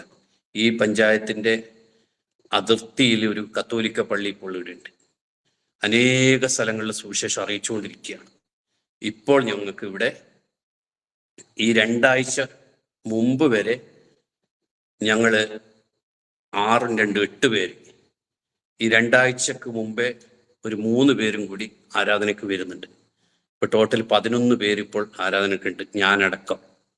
ദൈവം അങ്ങനെ വിശാലമായി കർത്താവ് ഇത്രത്തോളം നടത്തി. ദൈവത്തിൻ്റെ വലിയ കരുതല. അത് കഴിഞ്ഞു ഈ ഗോസ്പൽ നാഷണൽ ഫെലോഷിപ്പിൻ്റെ സെക്രട്ടറിയുടെ ഭാര്യ മരിച്ചു പെരുമ്പാവൂർ. ഈ ഭാര്യ മരിച്ചപ്പോൾ ഞാൻ അവിടെ പോയി. അന്നേരം ഏലിയാ സാറ് ദൂരത്തുനിന്നേ എന്നെ കണ്ടു. ദൂരത്തുനിന്ന് കണ്ടപ്പോൾ ഏലിയാ സാറ് പറഞ്ഞൊരു കാര്യം, അശോകനെ ഇപ്പൊ സന്തോഷമല്ലേ, ദൈവം ഇങ്ങനെയാ ചെയ്യുന്നത്. അത് ഭയങ്കര എന്നെ സ്വാധീനിച്ചു. കാരണം ഈ 5 സെന്റ് സ്ഥലവും കെട്ടിടവും അവർ തന്നിരുന്നെങ്കിൽ ഇതിലേക്ക് റോഡില്ല, ഇതിലേക്ക് വഴിയില്ല, ഒന്നുമില്ലായിരുന്നു. പക്ഷേ 4 മീറ്റർ വഴിയോട് കൂടി ആദ്യം നമ്മൾ 40 സെന്റ് സ്ഥലം എടുത്തു. ഏലിയാ സാർ ഇങ്ങനെ പറഞ്ഞു, അശോകനെ ദൈവം ഇങ്ങനെയാ ചെയ്യുന്നത്, ഇപ്പൊ എല്ലാം സന്തോഷമായില്ലേന്ന് വെച്ചു. കാരണം ഇത് കിട്ടാൻ വേണ്ടിയിട്ട് ഒത്തിരി പേര് പ്രാർത്ഥിച്ചു. ഒരു ദിവസം എന്നോട് ദൈവാത്മാവ് ഇടപെട്ടു. മോശയോട് പറഞ്ഞു, ഇസ്രായേൽ ജനത്തെ വിടിവിക്കാൻ നീ പോയി ഫറവോനോട് പറയാൻ പറഞ്ഞു. ഫറവോനോട് ദൈവം പറഞ്ഞു, മോശ എൻ്റെ അടുക്കിലേക്ക് വരും, നിന്റെ അടുക്കിലേക്ക് വരും, ജനത്തെ വിടല്ലേ. ഇത് കാരണം ഏലിയാ സാറിനോട് പറഞ്ഞു, 5 സെന്റ് കെട്ടിടം ചോദിക്കാനായിട്ട് വരും, കൊടുക്കല്ലേ. കൊടുത്താ ആ ജനം പെട്ടുപോകും, അല്ലെങ്കിൽ ഞാൻ പെട്ടുപോകും എന്ന് ആർക്കറിയാം? ദൈവത്തിനറിയാം. ദൈവത്തിന് ഇന്നലെയും അറിയാം, ഇന്നും അറിയാം, നാളെയും അറിയാം. നമുക്ക് എന്തറിയാം? നമുക്ക് എന്തറിയാം എന്ന് നമ്മൾ ഈ ദിവസങ്ങളിൽ മനസ്സിലാക്കണം. ദൈവത്തെ രുചിച്ചറിയണമെന്ന് ദൈവത്തിന്റെ വചനത്തിലുണ്ട്. ദൈവത്തിൽ നിന്നും വരുന്ന കയ്പ് രുചിച്ചറിയണം. അത് ദൈവത്തിൽ നിന്നാ വരും, നിന്നെ നശിപ്പിക്കാനല്ല. തീയിലിടാൻ നോക്കി, അവിടുന്ന് ദൈവം വിടുവിച്ചു. വീട്ടിൽ നിന്ന് ഇറക്കി വിട്ടു, അവിടുന്ന് ദൈവം വിടുവിച്ചു. കല്യാണം മുടക്കി, അവിടുന്ന് ദൈവം ഒരു പെണ്ണിനെ തന്നെ, ഒരു പാസ്റ്ററുടെ മോളെയാ ദൈവം തന്നു. പാസ്റ്റർ മരിച്ചുപോയി. പാസ്റ്റർക്ക് 16 വയസ്സുണ്ടാവും, പാസ്റ്റർ മരിച്ചുപോയി. പുഷ്പം എന്ന പേര് കോഴഞ്ചേരിയിലും റാങ്ങിയിലും അവിടെയൊക്കെ അറിയപ്പെടുന്ന ഒരു പുഷ്പ പാസ്റ്ററുടെ മകളെയാ ഞാൻ കല്യാണം കഴിച്ചത്. ഇന്ന് കേരളത്തിലെ എല്ലാ ജില്ലകളിലും ഞാൻ പോയി. കാസർഗോഡ് ജില്ല വിട്ട് പോകാത്ത ജനം ഇന്നും ഇവിടെ കിടക്കും. ഞാൻ കേരളത്തിലെ എല്ലാ ജില്ലയിലും പോയി, മസ്കറ്റിലെ എല്ലാ സ്ഥലങ്ങളിലും പോയി, രാജസ്ഥാനിൽ പോയി, UP-യിൽ പോയി, ഉത്തരാഖണ്ഡിൽ പോയി, ഡൽഹിയിൽ പോയി, അനേക സ്ഥലങ്ങളിൽ കർത്താവ് എന്നെ കൊണ്ടുപോയിക്കൊണ്ടിരിക്കും. ദൈവത്തിന്റെ കരത്തിൽ താണിരുന്നാൽ ദൈവം ഉയർത്തും. നമ്മൾ ഉയരാൻ പോയാൽ നമ്മൾ വീണു പോകും. പലരും ഇന്ന് വീണുകൊണ്ടിരിക്കുമ്പോൾ വീഴാതെ നിർത്തിയിരിക്കുന്നത് ദൈവമാണ്. ദൈവത്തിന്റെ കരം ഇന്നും കുറുകിപ്പോയിട്ടില്ല. നമ്മൾ ചെയ്യുന്നത് നമ്മുടെ ഇഷ്ടത്തിന് ചെയ്യരുതേ, ദൈവത്തിന്റെ ഇഷ്ടത്തിന് നമ്മളെ ഏൽപ്പിച്ചു കൊടുക്കണം. എനിക്കൊന്നിനും യോഗ്യത ഇല്ല, പക്ഷെ യോഗ്യമാക്കി തീർക്കുന്ന ദൈവം നമ്മളെ കൂടെയുണ്ട്. തീർച്ചയായിട്ടും ഇത് കേൾക്കുന്ന പലർക്കും, കാരണം ഇന്ന് പലരും, ചിലരൊക്കെ ഞാൻ പറയുന്നത് കേട്ടിട്ടുണ്ട്, വീടിന് വേണ്ടി ദൈവത്തെ സേവിക്കാൻ വരരുതേ, നമുക്ക് വേണ്ടി സ്വർഗത്തിലെയും വീട് അവിടെയാ, ഇവിടെ വീട് വേണ്ട എന്ന് ഇറങ്ങിപ്പോയവൻ, സ്ഥലം വേണ്ട ഇറങ്ങിപ്പോയവൻ, ഇന്ന് ദൈവം അവിടെ സ്ഥലം വീട് തന്നിട്ടുണ്ട്. ദൈവം ഇരിക്കുക. ആ വീട്ടിൽ ഏകദേശം 3 റൂമുണ്ട്. അതെല്ലാം വിട്ടിട്ടാ ഞാൻ ഈ ചർച്ചയിലേക്ക് വന്നത്. ഈ ചർച്ച ഞാൻ എടുക്കുന്നതിന് മുമ്പ് ചോറ് നിൽക്കുന്ന ഒരു സ്ഥലമാണ്. 3 4 ബെഡ്റൂമുകൾ എടുത്തുന്ന ഇവിടെ ഒറ്റ റൂമുള്ള ഇവിടത്തേക്ക് വന്നതിനാ ദൈവത്തിന്റെ വേല വിശ്വസതയോടെ ചെയ്യണം. ദൈവം പറഞ്ഞിരിക്കുന്നത് ദേശത്ത് വാർത്ത് വിശ്വസാചരിക്കാൻ. അതിനായി ദൈവം എന്നെ കൊണ്ടുവന്നു. ഇനി ഞാൻ ഒരുപാട് കാര്യങ്ങൾ ആഗ്രഹിക്കുകയും പ്രാർത്ഥിക്കുകയും ചെയ്യുന്നു. ഇന്ന് ഇവിടെ അനേക ഭവനങ്ങളിൽ, ഞങ്ങൾക്ക് 3 വില്ലേജ് വീടുകളിൽ, വേടക പഞ്ചായത്ത്, ആ 3 വില്ലേജിലും അനേക ഭവനങ്ങളിൽ ഞാൻ കയറി ചെന്ന് സുവിശേഷം പറഞ്ഞു. ഇന്നും ഞങ്ങൾ ഒരു വീട്ടിൽ പോയി. കാരണം ഒരു 4 വർഷം മുമ്പേ അവിടെ 10ാം ക്ലാസ്സിൽ പഠിക്കുന്ന മോൻ മരിച്ചുപോയി. ആക്സിഡന്റ് ആയിരുന്നു. പോകുന്ന ഒരു ബൈക്കിന് കൈനീട്ടി അതിന്റെ പുറകിൽ ഇരുന്നതാ. 2 കിലോമീറ്റർ യാത്ര ചെയ്യുമ്പോൾ ഒരു വണ്ടിക്ക് ഇടിച്ച് മരിച്ചുപോയി. അവര് ഇപ്പോഴും ഒരു മാനസിക നില ഒരു ശരിയല്ല. കഴിഞ്ഞ ദിവസം അക്ഷയയിൽ പോയി ഒരു അപേക്ഷ കൊടുക്കാൻ പോയപ്പോൾ അവിടുത്തെ സഹോദരനോട് പറഞ്ഞു, നിങ്ങൾക്ക് ആ വീട്ടിൽ പോയി അവരെ ഒന്ന് ആശ്വസിപ്പിച്ചൂടെ. അങ്ങനെ ഇന്ന് ഞാനും എൻ്റെ ഭാര്യയും പോയി ആശ്വാസ വാക്കുകൾ പറയാൻ. ഇന്ന് എന്നെ സ്വന്തം ദേശത്ത് നിന്ന് ഇറക്കി വിട്ടെങ്കിലും അന്ന് വീട് കയറിക്കൂടൽ പറയത്തില്ല, കല്യാണം പറയത്തില്ല, ഒന്നും പറയത്തില്ല. ഇന്ന് വീട്ടിൽ നിന്ന് 3 കിലോമീറ്റർ മാറിയാണ് ഞാൻ താമസിക്കുന്നത്. അവിടുത്തെ സമുദായത്തിൽ എൻ്റെ ബന്ധുക്കളും സമുദായത്തിലുള്ളവരെല്ലാം ഇവിടെ വീട്ടിൽ വരും. വീട്ടിൽ വന്നിട്ട് എന്നെ കല്യാണം വിളിക്കും. ഇന്ന് എനിക്ക് ഞായറാഴ്ച ഞാൻ പൊതുവായിട്ട് ഞായറാഴ്ച ഞാൻ കല്യാണത്തിനോ മറ്റൊന്നിനും പോകാനില്ല. ഇവിടെയുള്ള ഏകദേശം കല്യാണം ക്ഷേത്രത്തിൽ വെച്ചിട്ടാ. ഞാൻ അവിടെ പോകത്തില്ല. തലേദിവസം പോകും, പറ്റുന്നിടത്ത് പോകും. ഇന്ന് കേറിക്കൂടൽ നടത്തിയപ്പോ ഞാൻ വിചാരിച്ചു ആരും വരത്തില്ല. ഇവിടെ എല്ലാം വിളിച്ചു. ഞങ്ങൾ ഏകദേശം 200-300 പേരെ പ്രതീക്ഷ എടുത്ത് 460 പേരും. കേറിക്കൂടൽ വലിയ ആർഭാടമായിട്ട് നടത്തിയതല്ല. അത് ആരൊക്കെ വരുന്നറിയാൻ എല്ലാവരും വന്നു. വരില്ലാന്ന് വിചാരിച്ച പലരും വന്നു. തീർച്ചയായിട്ടും പലരും ദൈവവചനം കേട്ടു വന്ന് പലരും കേട്ടു. അവരുടെ വീട്ടിൽ പോകുമ്പോഴല്ലേ കുഴപ്പം. കഴിഞ്ഞ ദിവസം 3 സഹോദരങ്ങൾ എൻ്റെ അടുത്ത് വന്നു. അവരോട് വ്യക്തമായിട്ട് ഞാൻ സുവിശേഷം പറഞ്ഞു.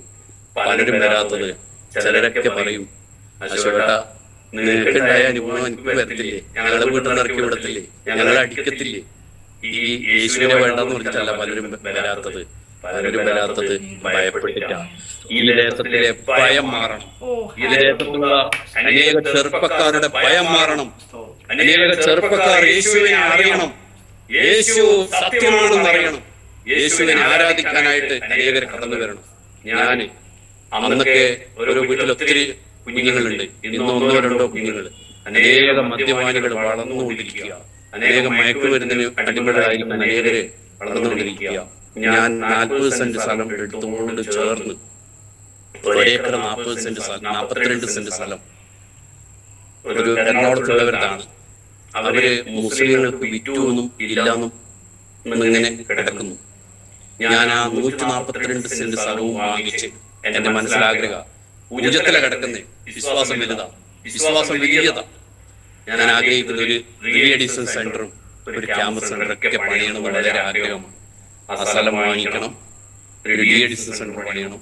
വയനാട്ടിലെ പ്രവർത്തനങ്ങളൊക്കെ വളരെ വിജയകരമായി തീർന്നതിന്റെ പുറകിൽ ഒരു 3ഓളം DADC സെന്റർ മദ്യപാനികളും മയക്കുമരുന്നിനും കുടുംബം തകർന്നിരിക്കുന്ന അനേകർക്ക് ആശ്വാസം വയനാട്ടിൽ സംഭവിക്കുന്നുണ്ട്. എനിക്കറിയാം, ഞാനും അവിടെ കുറെ പേരെ കൊണ്ടുപോയി.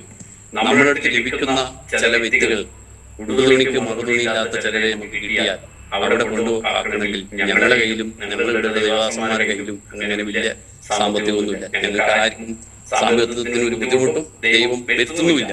പക്ഷെ ഞങ്ങളുടെ ആഗ്രഹമാണ്, ഇവിടെ കാസർഗോഡ് ജില്ലയിൽ ബന്ധുക്കോസുകാർക്ക് ശരിക്കും പറഞ്ഞാൽ 70ഓളം പ്രവർത്തനമുണ്ടെങ്കിലും പകുതിയോളം ദേവദാസന്മാരും വാടക കെട്ടിടത്തിലെ ആരാധനയും കാര്യങ്ങളൊക്കെ നടത്തുന്നു. ദൈവ കൃപയാൽ നമുക്ക് സ്വന്തമായ കെട്ടിടം ദൈവം തന്നു. ഇവിടെ ഒരു DADC സെന്റർ പണിത് ഈ കാസർഗോഡ് ജില്ലയുടെ പ്രവർത്തനത്തിന് വലിയ അനുഗ്രഹമായി തീരുമെന്ന് ഞാൻ വിശ്വസിക്കുന്നു. അതിനുവേണ്ടി ഞങ്ങൾ ഈ ദിവസങ്ങളെല്ലാം വളരെ ശക്തമായിട്ട് പ്രാർത്ഥിച്ചുകൊണ്ടിരിക്കുകയാണ്. ദൈവം വലിയ കാര്യം ചെയ്യും. ദൈവം ഇനിയും ഇവിടെയുള്ള അനേക യൗവനക്കാർ വിശ്വാസത്തിലേക്ക് വരുവാനായിട്ട് ഞാൻ ആഗ്രഹിക്കുന്നു. തീർച്ചയായിട്ടും ദൈവം അത്ഭുതം ചെയ്യുമെന്നുള്ള പൂർണ്ണ വിശ്വാസം ഞങ്ങൾക്കുണ്ട്. തീർച്ചയായിട്ടും ഇത് കേൾക്കുന്ന എല്ലാവരും കാസർഗോഡ് ജില്ലയ്ക്ക് വേണ്ടി, കാസർഗോഡ് ജില്ലയിലെ 18ഓളം പഞ്ചായത്തിൽ ഇന്നും പ്രവർത്തനമില്ല.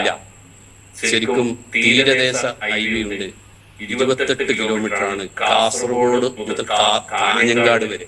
പിന്നെയും മുന്നോട്ട് കുറെ യാത്രയുണ്ട്.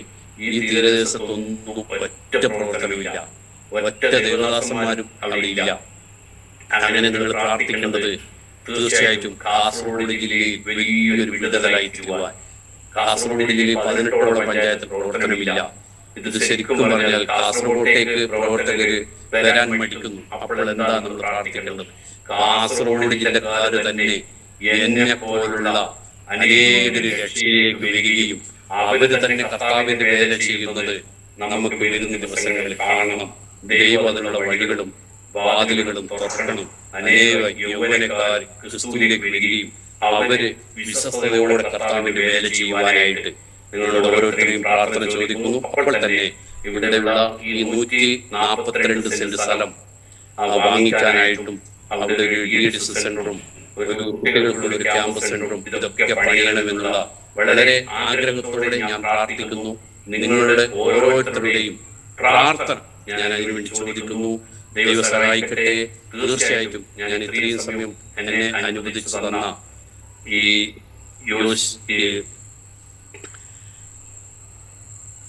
ടിവിക്കും ഇതിലുള്ള പ്രേക്ഷകർക്കും എല്ലാവർക്കും ഇതിനെ നേതൃത്വം കൊടുക്കുന്ന അമ്മമ്മക്കും എല്ലാവർക്കും എൻ്റെ സ്നേഹവന്ദനം, എൻ്റെ നന്ദി ഞാൻ അറിയിക്കുന്നു.